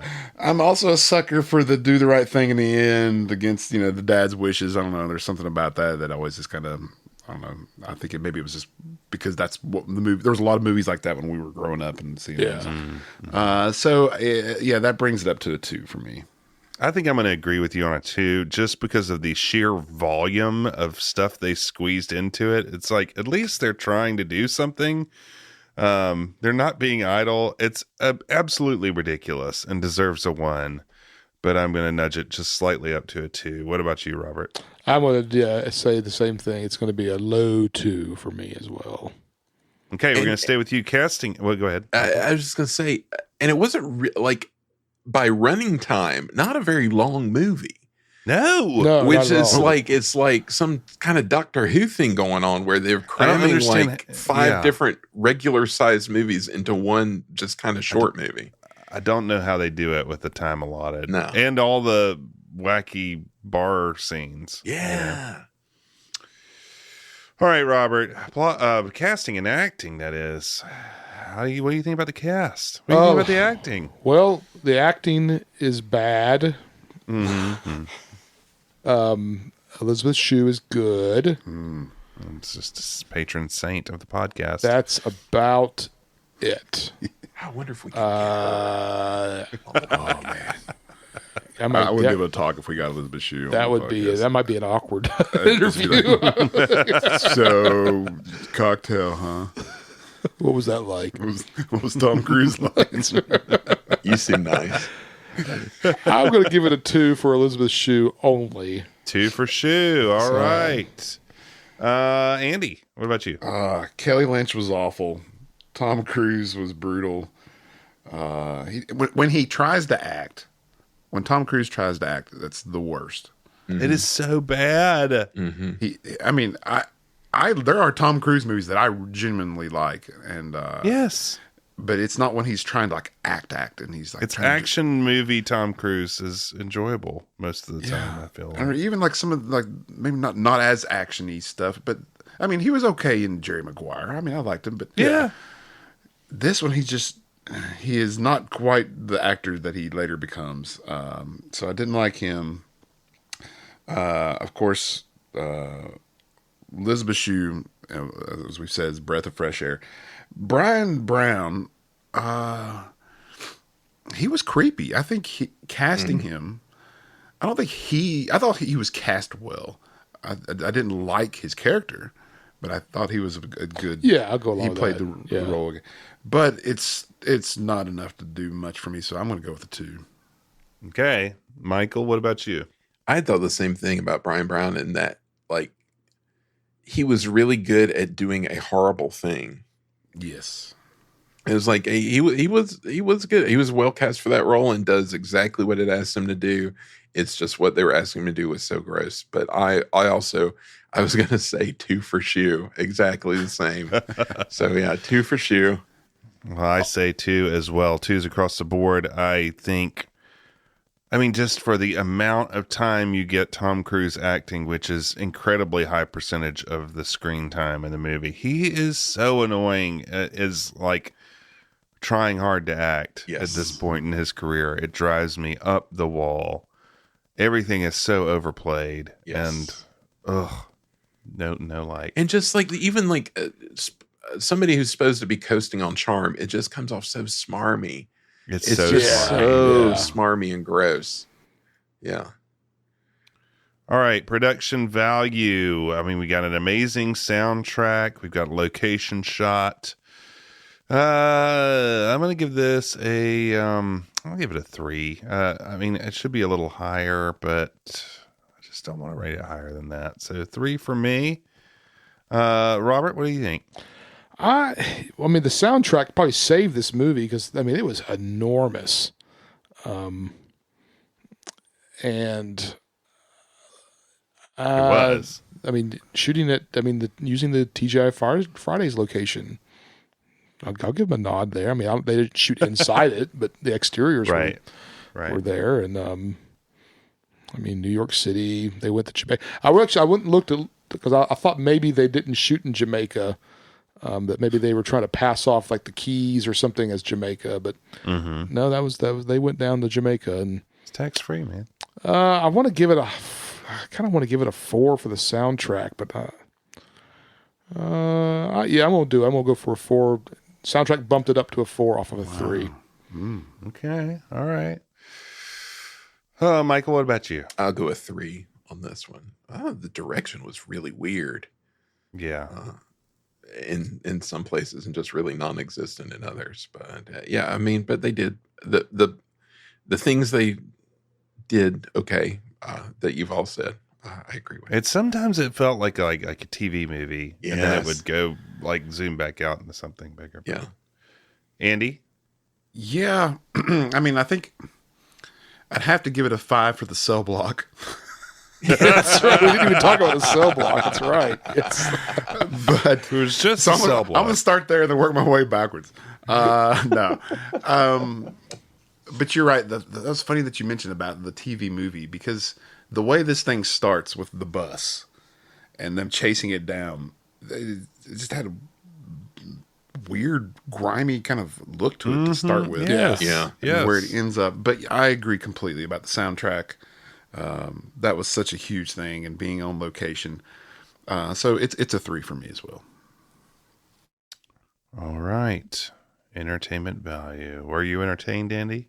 No. Well, there was a couple. Every time Elisabeth Shue was on screen, I enjoyed that. But as far as overall entertainment, no, I was not. So this is a 2 for the Andy. Okay, Robert, what about you? Were you entertained? I'm going to give it a little higher score. I was entertained because it was ridiculous. I found so much of this movie just to be over the top. I mean, and I hate to say I laughed when Doug died. And because I thought Tom Cruise's acting was just so bad there. I was just kind of like laughing. And I mean, just so many ridiculous scenes that were just, I mean, I found myself laughing at it. It was kind of coming around to going the full circle for me. So it's a 3 for me. I agree with you, man. I agree. And I thought there was just so many things that I thought were so ludicrous that I don't think I've watched a full one with my wife and all the stuff we've done. And this was the first one. And we were just like, what? Like anytime something would happen. And when Doug died, we were just floored. We just both like exclaimed so loudly. And then Tom Cruise exclaimed over both of us. So you were a 3? Help me. I'm at a 3. Michael, why don't you finish us off? I mean, I was going to go with a 1, but it's just so gross, and it like has no. I'm not saying it's not gross. It has no idea like what it's trying to say. Like, or I didn't understand what it was trying to say. It's like it's bad to be ambitious, but also good to be ambitious. And depending on who you listen to or whatever, I don't know. It was a hot mess, but it was entertaining in its baddest, and it did have Elisabeth Shue. So again, for Shue, I give 2. That's it's a casserole or a layer cake or something with some bizarre bedfellows. It's like on that episode of Friends where they made the casserole with the peas and the different stuff. Yeah, right. I always like it when Michael and I agree and you two don't. Yeah. All right, well, let's punch this into the BCS presented by Topps Trading Cards and part of the Go Network. You can just go right on to go.com and look at the scores of our movies too, probably. I mean, it's got to be there somewhere, right? Anyway, let's find out what Cocktail got, Robert. Cocktail ended up getting a 2.38, so we have a nice little double there. So, I mean... That seems too high. Probably maybe a little high. That is way too high, yes. My four probably messed it up. It probably should have just been a single, but that puts it at 49th. What's around it? This is a double that was it was an error when they were throwing the first. He got the second. We'll call it a double with an error on the throw. Yeah, the shortstop threw it into the bullpen or something. So just above it at 2.44 is The Happiest Millionaire. And just below it, with a 2.25, tied 2.25s, is Escape to Witch Mountain and Fun and Fancy Free. Well, I have no strong feelings about any of that. It's a weird neighborhood to live in. Yeah, it's a strange. Herbie fully loaded below that. Herbie fully loaded. I mean, $1 Million Duck is down there too. Maybe $1 Million Duck probably should be above that in hindsight. We may have to revisit $1 Million Duck. Yeah, I'd rather watch $1 Million have Duck than Cocktail any day. Yeah, well, that's a but good then point. we started getting into the into the singles. Yeah, with Mighty Ducks, Boatniks, Herbie Goes Bananas. So, all right. Well, let's put this one to bed. But before we do, we've rated this. Andy, what did old Ebert have to say about this one? Cocktail tells the story of two bartenders and their adventures in 6 bars and several bedrooms. What is remarkable, given the subject, is how little the movie knows about bars or drinking. Early in the film, there's a scene where the two bartenders stage an elaborately choreographed act behind the bar. They juggle bottles in unison. One spins ice cubes into the air, and the other one catches them. And then they flip bottles at each other like a couple of circus jugglers. All this is done to rock and roll music, and it takes them about 4 minutes to make 2 drinks. They get a roaring ovation from the customers in the crowded bar, which is a tip-off to the movie's glossy phoniness. This isn't bartending. It's a music video. And real drinkers wouldn't applaud. They'd shout, "Shut up and pour." I mean, I agree with that sentiment, but it doesn't really do justice to the 5 other movies. And yeah, that's sort of, he leaves it there. I mean, yeah. So he didn't get out of the first act. No. He was just like, yeah. Right. Yeah. He just went to the bar. Maybe. Anyway, allegedly. This is last call. If anybody else has anything to say about Cocktail, what a weird movie. What a weird movie. The whole reason I picked this was for Doug's scene. I mean, when he dies, because I knew that was going to really derail everybody. This was what a weird thing to choose a movie. Crikey. Crikey. Crikey. Oh, man. Well, here we are. We are rocking and rolling through season 6. I've already gotten some suggestions. I had a suggestion the other day via email at info@medfieldfilm.com. Somebody said we need to do some Pixar movies. I said, well, we've kind of avoided that for various reasons, political reasons amongst the society. But maybe we'll venture into it. I don't know. It's been pitched by a fan. So, but you can also pitch your ideas, political or not. We may tackle it. So at info@medfieldfilm.com, or you can find us on the social media platform minus TikTok at Medfield Film.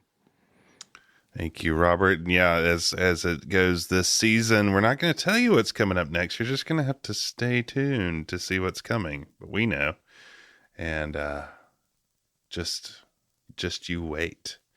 But guys, I have just been thinking a little bit about this great movie we were watching and how it ended.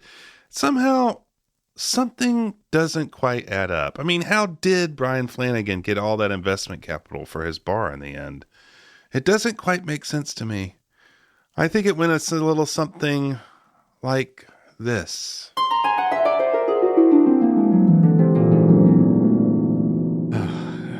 Carry the one. Okay, yeah, that's good. And then I get the insurance going to the... I'm nuts. Can't get this business plan to work. I should have taken more classes or read more books. Calm down, Brian. We're going to make it work. Your dream cocktails and dreams will come to life just like your little sketch on note paper. With a little guy on the circle? Yeah. Why don't you go talk to your Uncle Pat? He knows the business. Later, Brian did talk with Uncle Pat. And you see here on the notepad, it's called Cocktails and Dreams. And there's the circle and the stick figure right there. Yeah. Well, kid, I'll back you, but I think we need more investors, and you're just going to have to pitch it around town. Later, Brian did, in fact, pitch it around town. And you see here on the notepad, it's called Cocktails and Dreams. And there's the circle and the stick figure right there. Oh, this is the worst business plan I've ever seen. You got to be out of your gourd. And later, it's called Cocktails and Dreams. And there's the circle and the stick figure right there. Oh! Oh! This is terrible. Get out. Oh! Still later, there's the circle and the stick figure right there. I don't get this idea. It's not a great idea. I only work with the best ideas. This is not a very good idea. I don't like it. Dejected, Brian went to seek the help of the local house of worship, where his great-uncle, Father Floofney Flanagan, presided. Hunched within a confession booth, Brian pressed the crumpled piece of paper with the remnants of his dream, a bar for everyone's dreams, against the screen dividing him and Father Floofney. And the stick figure right there. I see, boy. Yes, and I see your heart is in the right place, but your graphics are terrible. You mean the stick figure? Yes, the stick figure, my boy. You need a good graphic to tell your story. You think people would still be reading the good book if it weren't for those monks who toiled endlessly over their illuminated manuscripts? Why, even the Lord knows how to sell to the eyes. My boy, ye must get a graphic designer, someone to shepherd ye through the hard times and show your vision to the world. And I know just the man to do it. He's a distant relation from the land of Blarney, old man Knaperick's great-grandson Todd Knaperick, down in North Carolina. It is he who runs the Biden Graphic Solutions at BidenGraphics.com. That's BYDAND Graphics.com. Or ye could call his 1-800 number at 1-800-BIDEN, or reach him on Upworks, of course. Tell him your problems, and he will help ye. Yes, this is great. I'm going to feverishly scribble this contact information and get it right to him, and then I'll be a success. Now hardened, Brian called Todd and quickly was given the finest logo in the land for Cocktails and Dreams, one that fit perfectly and would tell his story and sell his products to any mall in America. With a new snazzy pitch reel, Brian headed out to the halls of power once again to get capital investors. Here's what he heard. No.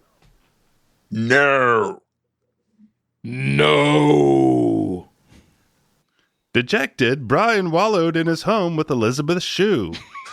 Elisabeth Shue, I just don't have what it takes to do this stupid bar idea. I swear I'm gonna lose it just like I do in every scene. I'm a very sensitive young man with a hair-triggered temper. Relax.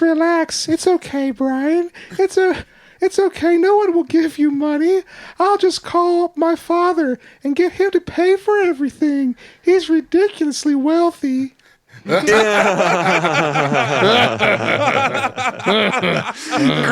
I'll just use my old logo anyway.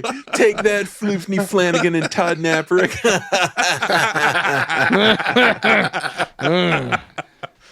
And so, because of the generational wealth of his spouse, Brian didn't need good branding, really, but he got it anyway, and then he got rid of it. Don't get rid of your chance. Give Todd Knaperick a call today at your earliest convenience. So from all of us to all of you, we will look forward to seeing you next time with Mystery Movie. So long. Proud are we of mighty Redfield, alma mater dear. All your sons and daughters hail to thee, Redfield College of Technology. And while we hold your banner high, rock, rock, we shout your praises to the sky, rock, rock. For proud are we of mighty Redfield, loyally we cheer.